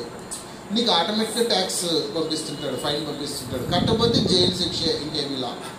కాబట్టి రూల్స్ అండ్ రెగ్యులేషన్స్ నా ఇష్టానికి నేను మార్చుకుంటానంటే కుదరదు. రూల్స్ అండ్ రెగ్యులేషన్స్ ఒక భూలోకంలో నువ్వు జీవిస్తున్నప్పుడు అక్కడ ఏ రూల్స్ అండ్ రెగ్యులేషన్స్ ఉంటే వాటిని అనుసరించి జీవించవలసిన అవసరం ఉంటుంది. కాబట్టి నిత్యత్వానికి వెళ్ళాలనుకుంటే నా ప్రభువా నన్ను పిలుస్తున్నావు కదా, నా వల్ల నీకు ఏమరుగుతుంది? నిత్యత్వం, నరకాగ్నికి వెళ్లకుండా నిరంతరం దేవుడితో యుగ యుగాలు జీవించే ఒక జీవితం. భూలోక జీవితం కోసం మాత్రం కాకుండా యుగ యుగాలు దేవుడితో జీవించే జీవితం కావాలని, అన్ని విషయాల్లో నన్ను సంతోషపరచాలని నువ్వు కోరుకుంటే ప్రతి విషయంలోనూ నేను ఏం చెప్తున్నానో జాగ్రత్తగా గమనించు. అక్రమంకి వెళ్ళొద్దు. నేను చెప్పిన క్రమాన్ని అనుసరించు, నేను చెప్పిన ఆజ్ఞలను అనుసరించు. అది కథ. కాబట్టి ప్రభువు మనం సెలవిచ్చిన సమస్తాన్ని ఆజ్ఞలు అని సెలవిస్తూ ఉన్నాడు. కొరింథీయులకు రాసిన మొదటి పత్రిక 14వ అధ్యాయంలో, కొరింథీయులకు రాసిన మొదటి పత్రిక 14వ అధ్యాయం 37వ వచనంలో, మొదటి కొరింథీ 14:37, ఎవడైనను తాను ప్రవక్తనని అయినను ఆత్మ సంబంధి అయినను తలంచుకుని ఎడల నేను మీకు వ్రాయిచున్నవి ప్రభువు యొక్క ఆజ్ఞలని అతడు దృఢముగా తెలుసుకొనవలెను. కాబట్టి పత్రికలు చదివేటప్పుడు ఏదో పౌలు కొరింథీకి రాశాడంటే కొరింథీ స్థానిక సంఘం ఎక్కడో ఉంది, వాళ్ళకి రాశాడేమో అని అనుకుంటున్నారేమో. అది కాదు సూత్రం. క్రైస్తవులు ఎలా నడుచుకోవాలి అని రిటర్న్ డాక్యుమెంట్స్ జరిగాయి. యేసుక్రీస్తు ఆరోహణమయ్యి పరలోకానికి వెళ్ళిపోయిన తర్వాత అపోస్తుల ద్వారా పరమ తండ్రి ఏదైతే సంకల్పించాడో, ఏది సంకల్పించాడో దాన్ని రిటర్న్ డాక్యుమెంట్స్ చేయబడ్డాయి. ఒకనాడు మోషేని కొండ మీదకి రప్పించి ఇశ్రాయేల్ని ఎలా జీవించాలి, ఇదిగో పలకల మీద రాశాడు 10 కమాండ్మెంట్స్. పలకల మీద రాసిన 10 ఆజ్ఞలే. ఆ తర్వాత మీరు లేవి కాండం, సంఖ్యాకాండం, ద్వితీయోపదేశ కాండం వరకు సాగతలు వస్తుంటాయి. విచిత్రంగా ఉంటుంది. సమయం సరిపోదు. ఉదాహరణకి అన్ని జనులతో సహవాసం చేయకూడదు ఇశ్రాయేలీలు. అన్ని దేశంలోకి వెళ్ళిపోయారు అనుకో, అక్కడ ఎవరైనా తెలిసిన చనిపోయాడు అనుకో, ఆ చనిపోయిన వ్యక్తిని అయ్యో చనిపోయాడు అని మీద పడి రోధిస్తారు కదా. రోధించేసిన తర్వాత మళ్ళీ ఇశ్రాయేల్ దేశానికి వస్తే ఏం చేయాలో తెలుసా మీకు? తాను అపవిత్రుడు అని గ్రంథం అంది ధర్మశాస్త్రం. నువ్వు తిరిగి పవిత్రుడు అవ్వాలంటే పవిత్ర జలాలు పైన చిలకరించుకోవాలి అనేది సూత్రం వాళ్ళకి. 10 కమాండ్మెంట్స్లో ఇది రాదు. మీరు లేవి కాండం, నిర్గమకాండం ఆ తర్వాత చదువుకుంటూ వస్తే ఈ సూత్రాలన్నీ చాలా విచిత్రమైన సూత్రాలు ఉంటాయి. వాళ్ళ హోల్ లైఫ్ని డిజైన్ చేస్తాడు పరమ తండ్రి. వాడు ఇంట్లోపల ఎలా ఉండాలా, బయటకు వస్తే ఎలా ఉండాలా, పడుకునేటప్పుడు ఎలా ఉండాలా, ఉద్యోగం చేసేటప్పుడు ఎలా ఉండాలా, భూమి కొనేటప్పుడు ఎలా ఉండాలా, భూమిని ఎవరికైనా ట్రాన్స్ఫర్ చేయాలంటే శాశ్వత విక్రయానికి ఆస్కారం లేదు ఇశ్రాయేల్ దేశంలో. మనం ఉన్నాం, భూమిని కొనుక్కున్నాం అనుకోండి, ఒక గ్రౌండ్ కొనుక్కున్నాం, అమ్మయ్య మీద స్థలం చేసుకుంటాను, నాది భూమి కొనేస్తా. ఆ తర్వాత నా కొడుకు వెళ్తుంది, లేకపోతే నా కూతురికి వెళ్తుంది, ఆ తర్వాత వాళ్ళు మనోళ్ళు, మనవరాలు, ముని మనోళ్ళు ఇటు వెళ్తుంది. కానీ ఇశ్రాయేల్ దేశంలో భూమిని కొంటే ఇశ్రాయేల్ జాతిలోనే కొంటారు.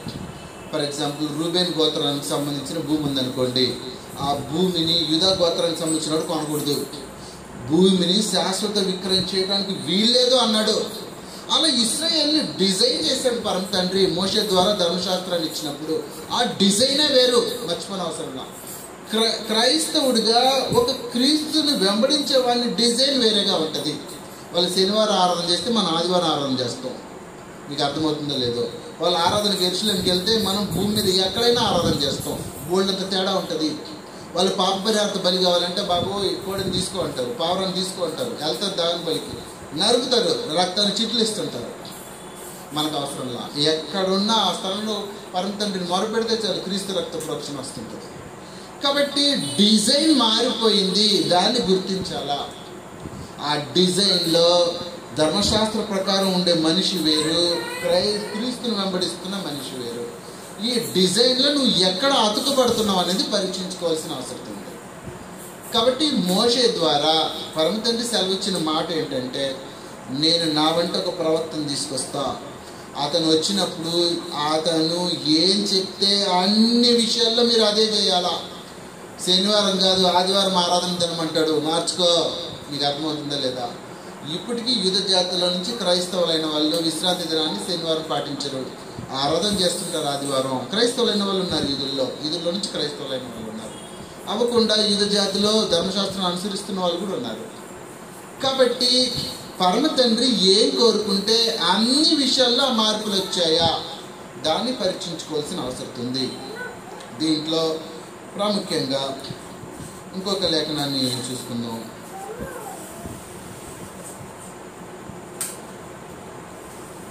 రెండవ కొరింథీయులకు రాసిన పత్రిక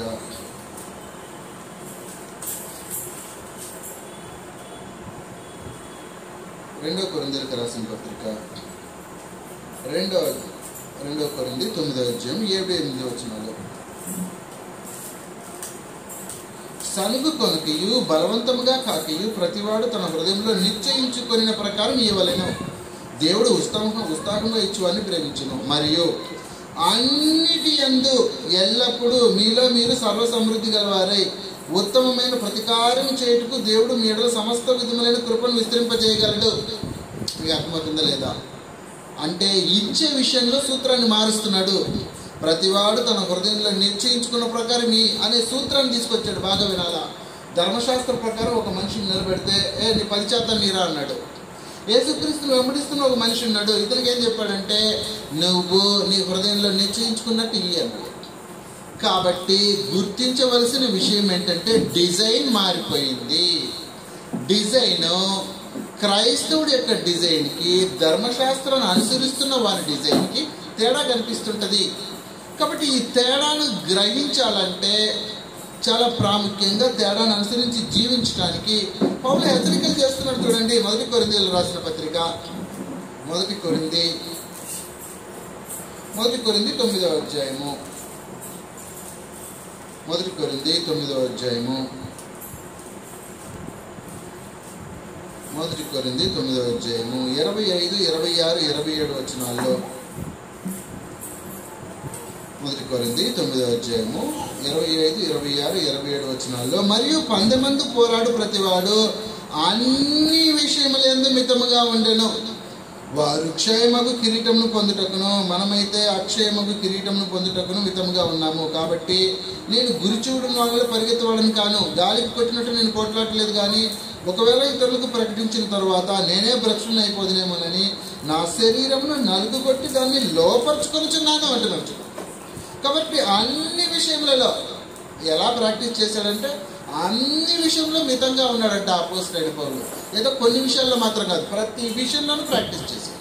ప్రతి విషయంలోనూ ప్రాక్టీస్.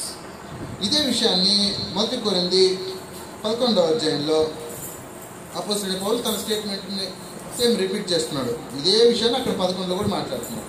1 కొరింథీ 11వ అధ్యాయం 1-2 వచనాలు. నేను క్రీస్తుని పోలి నడుచుకొనుచున్న ప్రకారము మీరును నన్ను పోలి నడుచుకొనిడి. మీరు అన్ని విషయములలో, ఎన్ని స్థలాల్లో అన్ని విషయాలను వస్తున్నాయి చూడండి, జ్ఞాపకం చేసుకోండి. మీరు అన్ని విషయంలో నన్ను జ్ఞాపకం చేసుకొనొచ్చు, నేను మీకు అప్పగించిన కట్టడలను గైకొనుచున్నారని మిమ్మల్ని మెచ్చుకొనుచున్నాను. అది గొడవ. కాబట్టి ఏం జరిగిందంటే క్రీస్తును పోలి నడుచుకునే ఒక పురుషుణ్ణి తయారు చేసే కార్యక్రమం జరుగుతుంది 2000 సంవత్సరాలుగా. అంతకుముందు 1500 సంవత్సరాలు ధర్మశాస్త్ర ప్రకారం తయారు చేసిన మనిషి ఉన్నాడు. పాప విముక్తుడు కాదు, పాపానికి దాసుడు. కానీ క్రీస్తు యేసు సంబంధి, పాపం నుంచి విముక్తి పొందినవాడు, స్వతంత్రుడు. పాపం చేయడానికి నీ చేయను అంటే చేయకుండా స్థితిలో నిలబడగలని స్థితిని పొందినవాడు క్రైస్తవుడు. ఇది ధర్మశాస్త్రానుసారమైన డిజైన్ కాదు, యేసుక్రీస్తును వెంబడించే డిజైన్ ఇది. ఈ డిజైన్లో నువ్వు అతుక్కొని పరలోకానికి వెళ్ళాలంటే అన్ని విషయాల్లో పౌలు చెప్పినట్టు, పేతురు చెప్పినట్టు, క్రొత్త నిబంధన గ్రంథ ఆజ్ఞలు సెలవిస్తున్నట్టు ప్రతి విషయంలోనూ నువ్వు ఎలా ఉండాలంటే క్రీస్తుని పోలి ఉండవలసిన అవసరం ఉంటుంది. దాన్ని అయినట్టు అన్ని విషయంలో మీరు నన్ను జ్ఞాపకం చేసుకోవచ్చు, నేను మీకు అప్పగించిన కట్టడలను గైకొనుచున్నారని. అది కాబట్టి అన్ని విషయంలో మనం ఉండాలంటే కట్టడలు గైకొనాలా, క్రొత్త నిబంధనలో కట్టడలు గైకొనాలి. అందుకే నేను వ్రాయచున్నవి ఆజ్ఞలు అనేసాడు అపోస్తలుడైన పౌలు. కాబట్టి అపోస్తలుడైన పౌలుని పరిశుద్ధాత్మ ప్రేరేపించి నూతన పురుషుడు, క్రీస్తును వెంబడిస్తున్న నూతన పురుషుడు ఎలా ఉండాలో డిజైన్ తీర్చిదిద్దబడింది. ఈ డిజైన్ ధర్మశాస్త్రాన్ని అనుసరిస్తున్న వాళ్ళ డిజైన్ కాదు, యేసుక్రీస్తుని అనుసరిస్తున్న వాళ్ళ డిజైన్. ప్రతి విషయంలోనూ క్రీస్తుని పోలి నడుచుకునే ఒక స్థితి. అన్ని విషయాల్లోనూ ఆ పాయింట్ మీరు మనసులో చాలా జాగ్రత్తగా భద్రం చేసుకోవాల్సిన అవసరం ఉంటుంది. దీంట్లో చాలా ప్రాముఖ్యమైన ఇంకొక సంగతి ఏంటంటే, చెప్తే మీరు నమ్ముతారో లేదో నాకు తెలియదు. ఎవరన్నా ఇప్పుడు ఒక డిగ్రీ చదవాలా, డిగ్రీ చదివి సివిల్ సంబంధించిన జ్ఞానాన్ని పొందాలంటే సివిల్ ఇంజనీర్ చదివితే సరిపోతుంది. కానీ దేవుడి గురించిన సంపూర్ణమైన జ్ఞానాన్ని పొంది క్రీస్తును వెంబడించాలంటే దానికి కొన్ని కండిషన్లు ఉన్నాయి. కండిషన్లు నువ్వు ఎమడకపోతే అసలు ఆయనకు సంబంధించిన సంపూర్ణమైన సంగతులే నీకు తెలియవు అనేసేసాడు. గడిచిన సమయాల్లో కూడా మీకు గుర్తు చేశాను. రోమీయులకు రాసిన పత్రిక 12వ అధ్యాయము 1-2 వచనాల్లో నువ్వు క్రీస్తు ప్రభుని గురించి దేవుడి సంగతులు సంపూర్ణంగా నేర్చుకోవాలంటే నువ్వు రూపాంతరం పొందాలా, లేకపోతే నీకు ఛాన్స్ లేదు అనేసింది గ్రంథం. రోమీయులకు రాసిన పత్రిక 12వ అధ్యాయము 1-2 వచనాలు. కాబట్టి సహోదరులారా, పరిశుద్ధమును దేవునికి అనుకూలమైన సజీవయాగంగా మీ శరీరంలో ఆయనకు సమర్పించుకున్నాడని దేవుని వాస్తవం బట్టి మేము బతిమాలుకుంటున్నాను. ఇట్టి సేవ మీకు యుక్తమైనది. మీరు ఈ లోక మర్యాదను అనుసరింపక ఉత్తమమును అనుకూలమును సంపూర్ణమైన దేవుని చిత్తమేదో పరీక్షించి తెలుసుకున్నట్లు మీ మనస్సు మారి నూతన మొదట వలన రూపాంతరము పొందుడి అన్నాడు. బాగా జాగ్రత్తగా 2వ వచనం చదవండి. ఈ లోక మర్యాదను అనుసరింపక, అది గొడవ. డిజైన్ ఏంటంటే ఒకప్పుడు ఇశ్రాయేలీల్లో ఉండే జనాలతో మాత్రం గొడవ. ఇప్పుడు అట్ట కాదు. మన ముందు తరాలలో ఇశ్రాయేలీలమా కాదు కదా, మనం ముందు తరాలలో భారతీయులం. మన ఆచారాలు వేరు, మన యొక్క కట్టుబాట్లు వేరు, మనం అనుసరించిన పద్ధతులు వేరు. కాబట్టి ఆ పద్ధతుల నుంచి క్రైస్తవుడు క్రీస్తును వెంబడించేవాడు అనే ఒక పద్ధతిలోకి మనం ప్రవేశించాలా. కాబట్టి పదప్రయం ఏం చేసింది చూడండి, మీరు ఈ లోక మర్యాదను అనుసరింపక. కాబట్టి యూదుడైనా ధర్మశాస్త్ర ప్రకారం ఆచరిస్తే అది లోక మర్యాద, దేవుడికి సంబంధించింది కాదు, దానికి నాకు సంబంధం లేదు అంటాడు దేవుడు. ఎందుకంటే నూతనమైనది ప్రవేశపెట్టబడిపోయింది. ఈ నూతనమైనది ప్రవేశపెట్టబడినప్పుడు దీన్ని అనుసరించాలి మనం. కాబట్టి అంటున్నాడు, ఈ లోక మర్యాదను అనుసరింపక ఉత్తమమును అనుకూలమును సంపూర్ణమైన దేవుని చిత్తం ఏదో పరీక్షించి తెలుసుకున్నట్లు ఏం చెయ్యాలా? బాగా చదవండి అని ఉందా? బాగా చదవండి అని ఉందా? ఏముంది? మీ మనస్సు మారి నూతన మొదటి వలన రూపాంతరం పొందండి. ఏంటండి, ఏదైనా సంగతులు నేర్చుకోవాలంటే చదివితే ఓకే, వింటే ఓకే, ఇవి కండిషన్స్. కండిషన్ ఏం పెట్టాడంటే నువ్వు మారు మనసు పొంది రూపాంతరం పొందు, అప్పుడు సంగతులు నీకు అర్థమవుతాయి అంటున్నాడు. నమ్ముతారా దీన్ని మీరు? అంటే దేవుడి సంగతులు అర్థం కావాలంటే బేసికల్గా ఫస్ట్ నీలో మార్పు రావాలా. ఇది బాగా అర్థం అవడానికి ఇంకో సంగతి చూపిస్తా, బాగా అర్థమవుతుంది. యోహాను రాసిన సువార్త 8వ అధ్యాయం ఇదే విషయాన్ని ప్రభువైన యేసు వివరిస్తున్నాడు. యోహాను రాసిన సువార్త 8వ అధ్యాయం 31-32 వచనాలు. యోహాను రాసిన సువార్త 8వ అధ్యాయము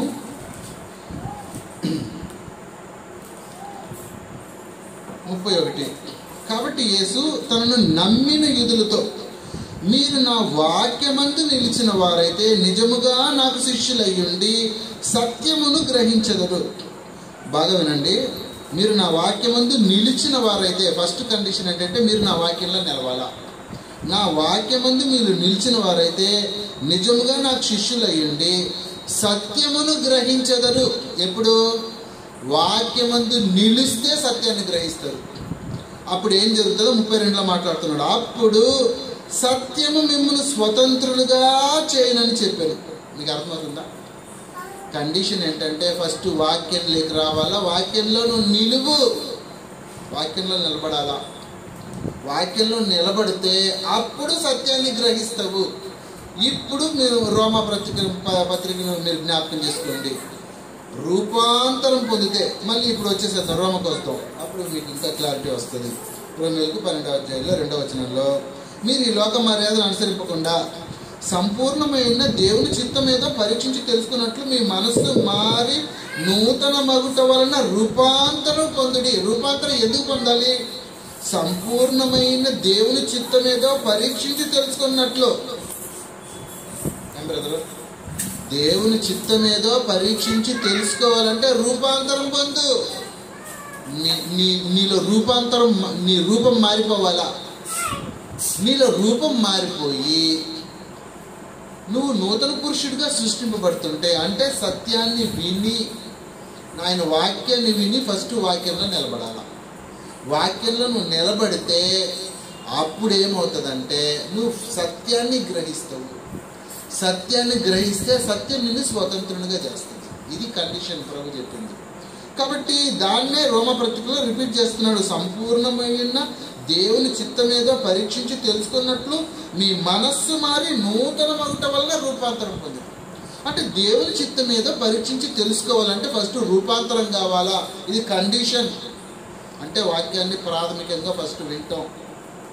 వినిన వెంటనే హృదయపూర్వకమైన సరెండర్ కావాలా, అన్కండిషనల్ సరెండర్ కావాలా దేవుడి దగ్గర. తండ్రి నాకు ఆ పని ఉంది, ఇది ఉంది, అది ఉంది, ఇది ఉంది, ఇదంతా అయిన తర్వాత నీ దగ్గరకు వస్తా, అదంతా కుదరదు. అన్కండిషనల్ సరెండర్ కావాలా. అంటే ఎలాంటిదంటే పసిబిడ్డ వలే అని అంటారు. పసిబిడ్డ ఎలా ఉంటుంది? ఇటురా అమ్మ అంటది, ఇటురా అంటే అక్కడికి వచ్చేస్తుంది. నేను రాను, అక్కడ పోతా, తర్వాత వస్తా, ఇన్ని గంటలకు వస్తా అంటదా?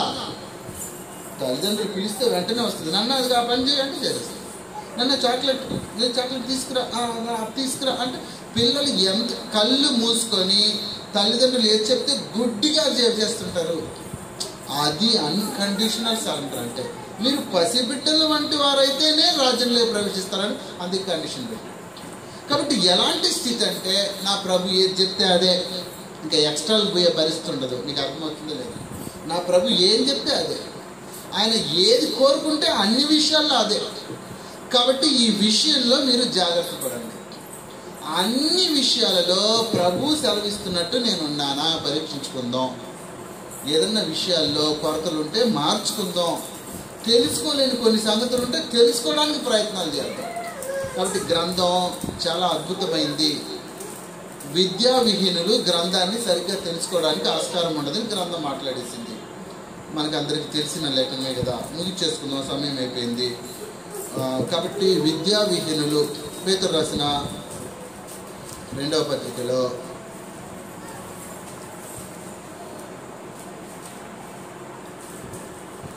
పేతురు రాసిన 2వ పత్రిక 3వ అధ్యాయము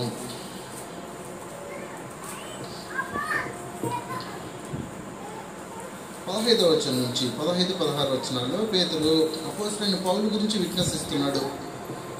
మరియు మన ప్రభు యొక్క దీర్ఘశాంతము రక్షణార్థమైనదని ఎంచుకొనుడి. అలాగే మన ప్రియ సహోదరుడైన పౌలు కూడా తనకు అనుగ్రహింపబడిన జ్ఞానం చొప్పున మీకు వ్రాసి ఉన్నాడు. వీటిని గూర్చి తన పత్రికలంటిలో బోధించుచున్నాడు. అయితే వాటిలో కొన్ని సంగతులు గ్రహించుటకు కష్టమైనవి. ఎవరు చెప్తున్నారు? సాక్షాత్తు పేతురు చెప్తున్నాడు. చూడండి, సంగతులు గ్రహించడానికి కష్టమైనవి. ఎవరికి కండిషన్స్ చెప్తున్నాడు? వీటిని విద్యా విహీనులు, అంటే చదువు సరిగ్గా రాని వాళ్ళు, అస్థిరులైన వారు. అస్థిరులు అంటే స్థిరంగా ఉండరు. నీకు అర్థమవుతుందా? ఆ ఓటు పడిపోతుంటారు అనమాట. స్థిరం ఉండదు. క్రీస్తులో స్థిరం లేనివాడు క్రీస్తు సంగతులు నేర్చుకోలేడు. అది కథ. అస్థిరులైన వారు తక్కిన లేఖనములను అపార్థము చేసినట్టు తమ స్వకీయ నాశనములకు అపార్థం చేశారు. అది గొడవ. కాబట్టి విద్య లేదు, స్థిరం లేదు. అంటే క్రీస్తు మార్గంలో ప్రవేశించిన తర్వాత స్థిరంగా ఉండవలసిన అవసరం ఉంది. గుడి తొలగేదే లే, పోతా ఉంటా. ఎవడొచ్చినా ఎవడు రాకపోయినా నా భక్తి జీవితానికి డోకానే లేదు. అంతే కథ. ఎవడేం చేస్తే నాకు అవసరం లేదు. నా తండ్రి ఉన్నాడు, నా తండ్రి చెప్పిన గ్రంథం ఉంది, గ్రంథంలో ఉన్నట్టు జీవించుకుంటూ పోతూ ఉంటాను అంతే. ఇది సూత్రం. సూత్రాన్ని అనుసరించి అన్ని విషయాల్లో విధేయులంగా ఉన్నామా? చివరిగా ఒకే ఒక వాక్యం చూసుకొని ముగించుకుందాం.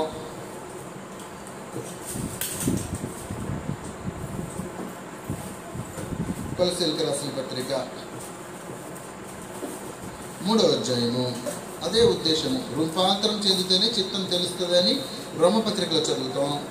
ఇక్కడ అదే ఉద్దేశాన్ని వేరే కోణాల్లో వివరిస్తాడు. కొలస్సీయులు 3వ అధ్యాయం 9-10 వచనాలు. ఒకరితో ఒకడు అబద్ధమాడకుడి, ఏలయనగా ప్రాచీన స్వభావమును దాని క్రియలతో కూడా మీరు పరిత్యజించి జ్ఞానము కలిగే నిమిత్తము దాన్ని సృష్టించిన వాని పోలిక చొప్పున నూతన పరచబడుచున్న నవీన స్వభావమును ధరించుకొని ఉన్నారు. నవీన స్వభావం ధరించుకొని ఉన్నామంట. దేనికోసం? 10వ వచనం జాగ్రత్తగా. దేనికోసం నవీన స్వభావం ధరించుకున్నాం? ప్రాచీన స్వభావాన్ని పరిత్యజించి జ్ఞానము కలుగు నిమిత్తము దాన్ని సృష్టించిన వాని పోలిక చొప్పున నూతన పరచబడుచున్న నవీన స్వభావమును ధరించుకొని ఉన్నారు.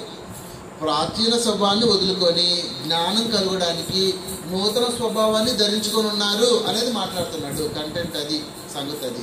కాబట్టి సంగతి ఏంటంటే, మీరు ప్రాచీన పురుషులుగా చచ్చిపోయి నూతన పురుషుల్ని ధరించుకుంటే కానీ మీకు జ్ఞానం కలగదు. అది కండిషన్ అక్కడ.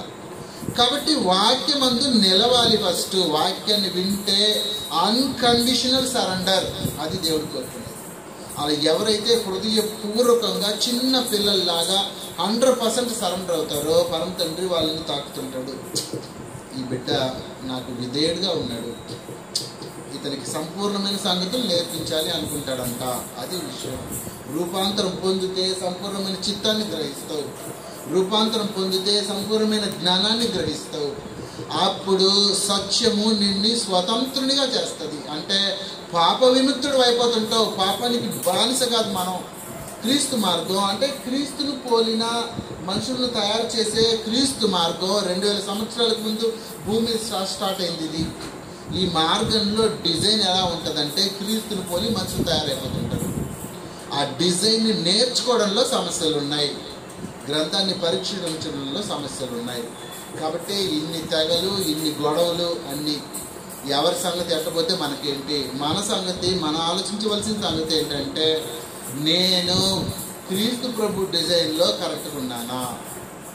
అన్ని విషయాల్లో నా ప్రభువులాగా ఉన్నానా? నా ప్రభు చెప్పినట్టు చేస్తున్నానా? పరీక్షించుకోవాలా? లేకపోతే ప్రభుతో విభేదించే కార్యక్రమాలు జరిగిపోతాం. సమస్య ఏం జరుగుతుందంటే నిత్యత్వానికి సమస్య వస్తుంది. ప్రభు ఏం చేస్తాడంటే, ఒకే ఒక వాక్యం చూసుకొని ముగిస్తాం. ప్రకటన గ్రంథం, నువ్వు అన్యాయం చేస్తుంటే ఆయన ఏం చేస్తాడంటే, చూడు ఏం చేస్తాడో.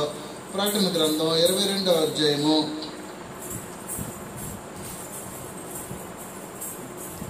10వ వచనంలో చూడండి. మరియు అతడు నాతో ఇలాగ చెప్పాను. ప్రకటన గ్రంథం 22:10 నుంచి. ఈ గ్రంథమందున్న ప్రవచన వాక్యములకు ముద్ర వేయవలదు. కాలం సమీపమై ఉన్నది. అన్యాయము చేయువాడు ఇంకను అన్యాయమే చేయనిమ్ము, అపవిత్రుడైన వాడు ఇంకను అపవిత్రుడిగానే ఉండనిమ్ము, నీతిమంతుడు ఇంకను నీతిమంతుడుగానే ఉండనిమ్ము, పరిశుద్ధుడు ఇంకను పరిశుద్ధుడుగానే ఉండనిమ్ము. ఇదిగో త్వరగా వచ్చుచున్నాను. వాని వాని క్రియల చొప్పున ప్రతివానికి ఇచ్చుటకు నేను సిద్ధపరిచిన జీతము నా యొద్ద ఉన్నది. నేనే అల్ఫయు ఒమేగయు, మొదటివాడును కనపటివాడును, ఆది అంతమునై ఉన్నాను. జీవవృక్షములకు హక్కు గలవాడే గుమ్మముల గుండా ఆ పట్టణంలో ప్రవేశించినట్లు తమ వస్త్రములు ఊదుకుని వారు ధన్యులు. కుక్కలు, మాంత్రికులు, వ్యభిచారులు, నరహంతకులు, విగ్రహార్థికులు, అబద్ధమును ప్రేమించి జరిగించి ప్రతివాడు వెలుపల నుందరు. నిత్యత్వానికి ఆస్కారం లేదు అన్యాయస్తుడికి. మర్చిపోవచ్చులా. కాబట్టి ఒకటి మాత్రం గుర్తుపెట్టుకో, వాడు తప్పు చేస్తున్నాడు, ఈడు తప్పు చేస్తున్నాడు, వాడు అట్టున్నాడు, ఈడు అట్టున్నాడు, ఈ కథలంతా పక్కన పెట్టు. నువ్వు ప్రభుతో కలిసి నిత్యత్వంలో ఉండాలనుకుంటున్నావా? ఇదిగో కుక్కలు, మాంత్రికులు, వ్యభిచారులు, నరహంతకులు, విగ్రహార్థికులు, అబద్ధమును ప్రేమించి జరిగించి ప్రతివాడు వెలుపట నుందరు అని నిత్యత్వానికి వెలుపట నరకంలో గడపాలనుకుంటున్నావా? పరీక్షించుకో. ప్రభుతో ఉండాలంటే అన్కండిషనల్ సరెండర్. అన్ని విషయాలలో, 1, 2 కాదు, అన్ని విషయాల్లో. ఒకే ఒక ఉదాహరణ చెప్తా. నాకు తెలిసిన ఒక సహోదరుడు ఉన్నాడు.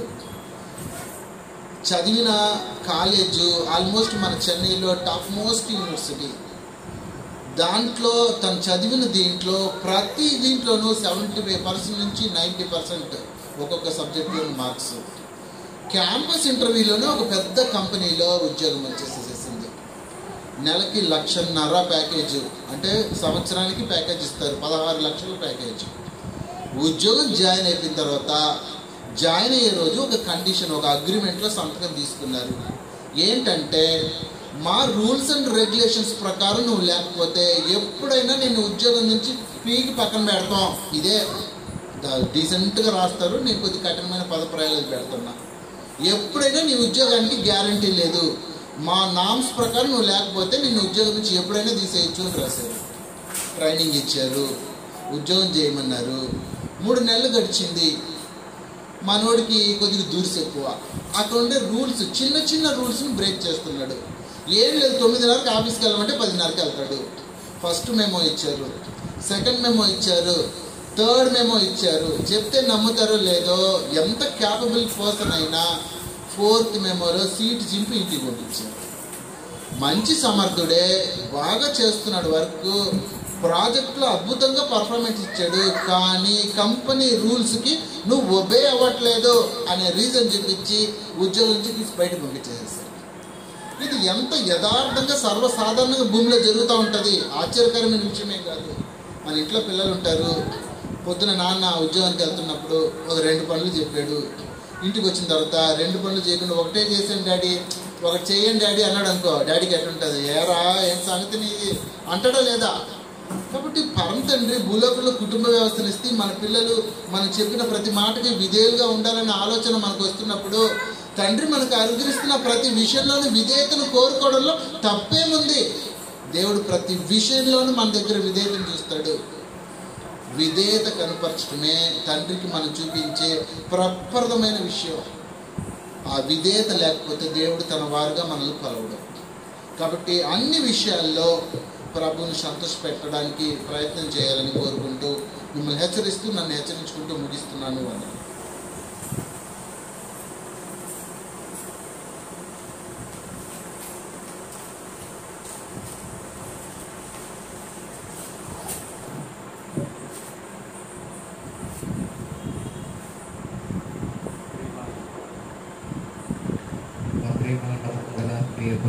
మా తండ్రి, ఒక పరిశుద్ధుడ, క్షేమదేవ, జీవాధిపతి, నిన్న నేడు వారి దేవ స్తుతులైన సమయంలో నీ పాసన చేరి నీ వాక్య అనుగ్రహంలో దైవ తండ్రి మేము అనుభవించటకు తీసిన కృపకై మీకు నా స్తోత్ర. దైవ తండ్రి చెప్పబడిన ప్రతి వాక్యాన్ని దైవ తండ్రి మీరే తండ్రి మా హృదయంలో తండ్రి దైవ తండ్రి వాటిని తండ్రి నిర్మించిన వారమే దైవ తండ్రి నీ వాక్యం ద్వారా తండ్రి బలపరచబడిన వారమై దైవ తండ్రి ఏవైతే చెప్పబడినావో వాటిని తండ్రి గ్రహించి దైవ తండ్రి నీకు సాక్షులుగా తండ్రి జీవిస్తూ సహాయం చేయమని ప్రార్థిస్తున్నాను. అదేవిధంగా దైవ తండ్రి అన్ని విషయంలో తండ్రి మేము విధేయత కలిగిన వారిని అంతకు సహాయం చేయమని ప్రార్థిస్తున్నాం. దైవ తండ్రి తండ్రి తండ్రి మేము తండ్రి నీ వాక్యాన్ని తండ్రి విని వాటిని తండ్రి గ్రహించడం ద్వారా దైవ తండ్రి మా జీవితంలో ఆ మేలును తండ్రి ఎంతగానో తండ్రి మేము అనుభవించాలనుకున్నాం. కాబట్టి దైవ తండ్రి మేము గ్రహించటకు కృప దయచేయమని ప్రార్థిస్తున్నాం. దైవ తండ్రి తండ్రి సత్యాన్ని తండ్రి మేము తండ్రి ఆ సత్యం మమ్మల్ని తండ్రి స్వతంత్రులుగా చేస్తుంది. కాబట్టి దైవ తండ్రి సత్యంలో మేము నిలిచిన వారముగా ఉంటూ సహాయం చేయమని ప్రార్థిస్తున్నాం. దైవ తండ్రి తండ్రి హోమ 12వ అధ్యాయము 1-2 చెప్పబడిన వాక్య ప్రకారం దైవ తండ్రి నాన్న తండ్రి నాన్న రూపాంతరం చెందుతున్న తండ్రి నాన్న తండ్రి కనుక తండ్రి నాన్న మనస్సు మారటం వలన తండ్రి నాన్న రూపాంతరం చెందుతుంది తండ్రి దైవ తండ్రి కనుక నాన్న మన జీవితంలో దైవ తండ్రి నాన్న నీ సత్యాన్ని గ్రహించిన వారిపై నాన్న సత్య ప్రకారము నాన్న తండ్రి నాన్న మేము నడుటకు సహాయం చేయమని ప్రార్థిస్తున్నాం. కావున కథలు బోధలు కాకుండా నాన్న నీ సత్యాన్ని సత్యవాక్యంలో నిలిచిన వారు నడుటకు సహాయం చేయమని ప్రార్థిస్తున్నాం. దైవ తండ్రి కనిపించండి చెప్పిన దాసిన వాక్యం బట్టి మనకి వందనాస్తోత్రాలు నా దాసుని బలపరచండి. ఇంకా తండ్రి అనేక విధాలుగా తండ్రి నా దాసుని వాడుకొని నీ మేలుకరంగా తండ్రి మన ఆత్మకు రక్షణ తండ్రి ఆత్మీయంగా జీవించే వారికి ఇంకా బలపరచబడి లేదా తండ్రి ముందు సాగుతాడు మీరే సహాయం చేయమని ప్రార్థిస్తున్నాను. కనిపించండి ఈ విధంగా తండ్రి చెరువుగా వినపాలు బట్టి ప్రార్థిస్తున్నాను. లేదా తండ్రి ముఖ్యంగా రేపు బుధవారం జరగబోయే ఉపవాస ప్రార్థనలో మీరు మాతో ఉండండి. లేదా తండ్రి ఆ దినము సెలవు దినం కాబట్టి ఉదయకాలం 9:30 గంటలకు నుండి 1 గంట వరకు జరగబోయే ఉపవాస ప్రార్థనలో మీరు మాతో ఉండండి. లేదా తండ్రి మేము తండ్రి ప్రార్థన యోధులుగా తండ్రి విషయంలో మొదలుపెట్టుకొని మేము పొందుకొని లేదా తండ్రి మేము ఏదైతే బలహీనత కలిగి ఉంటున్నామో తండ్రి వాటిలో బలం పొందిన వారంగా లేదా తండ్రి నీ సన్నిధానంలో నీ వాక్యానుసారంగా అనుభవించిన వారమై జీవించడానికి సహాయం చేయమని ప్రార్థిస్తున్నాం. కనికరించండి. అదేవిధంగా సహోదరుతున్నా గీత నిమిత్తమై ప్రార్థిస్తున్నాను. తన కుమార్తె నిమిత్తమై ప్రార్థిస్తున్నాను. ప్రీతి తండ్రి ప్రసిద్ధి నమ్ము తండ్రి దగ్గరికి వస్తుండగా దగ్గర తండ్రి మంచి ఆరోగ్యాన్ని దగ్గర తండ్రి మీరే దయచేయండి. తండ్రి తగిన సమయంలో తండ్రి తండ్రి మీరే సహాయం చేయమని ప్రార్థిస్తున్నాను. దగ్గర తండ్రి కనికరించండి. అదేవిధంగా దగ్గర తండ్రి సభ్యుడు బోయజు తన కోట నిమిత్తమై ప్రార్థిస్తున్నాను. ప్రస్తుతం నా దగ్గరికి వస్తుండగా వీరితో కూడా ఉండి మంచి ఆరోగ్యం దయచేయండి. వారి ఆర్థిక పరిస్థితులు బట్టి ప్రార్థిస్తున్నాను. సహాయం చేయండి. దగ్గర తండ్రి నేను వెంబడిస్తూ కనికరించమని ప్రార్థిస్తున్నాను. దగ్గర తండ్రి దగ్గర తండ్రి సోదరు చంద్రబాబు ప్రార్థిస్తున్నాను.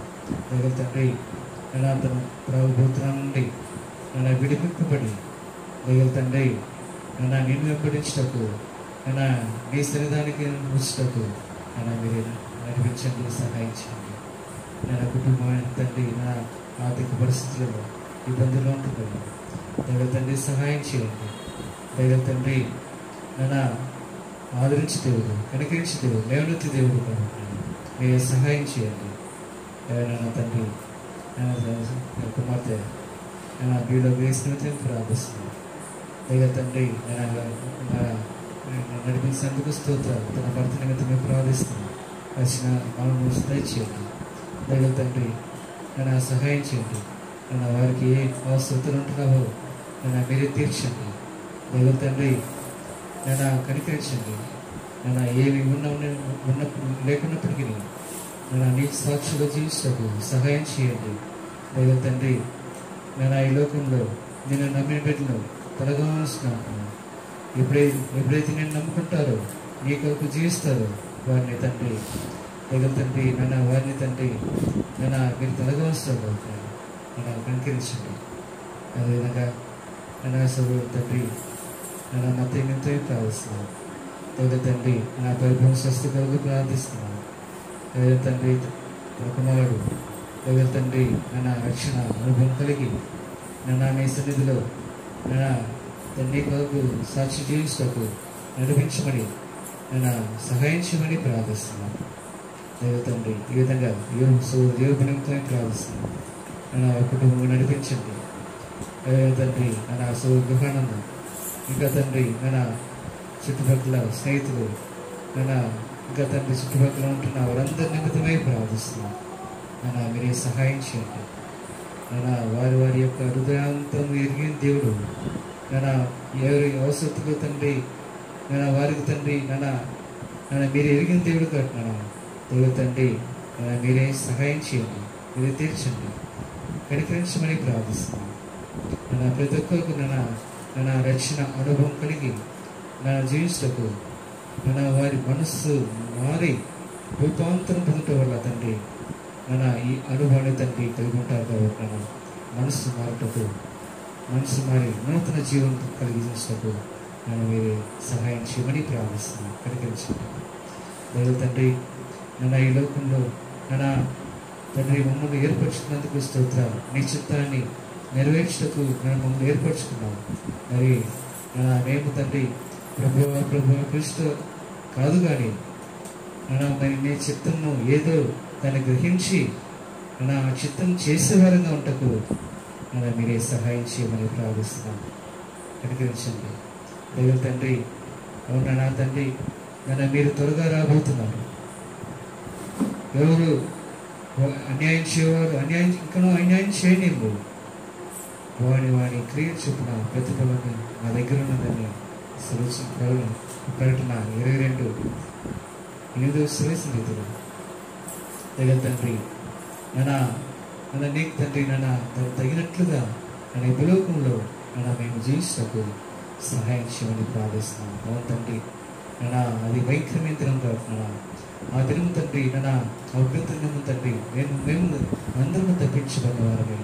ఈ భూలోకంలో మేము జాగ్రత్త భగ్నమై దగ్గర తండ్రి క్రీస్తుకు కలిగిన మనసును క్రీస్తు కలిగిన తండ్రి ఆ మనసునికి ఇప్పుడు తండ్రి భూలోకంలో కలిగి జీవించినప్పుడు అపోస్తలుడైన పౌలు చెప్పిన రీతిగా నేను క్రీస్తుని నడుచుకున్న రీతిగా మీరు నన్ను అన్ని విషయంలో నడుచుకోండి అంటే అని తండ్రి పదోద్యం 2వ రీతిగా అన్ని విషయంలో విధేయులుగా తండ్రి మేము నడుచుకుంటూ మీ కృపను దయచేయమని ప్రార్థిస్తున్నాం.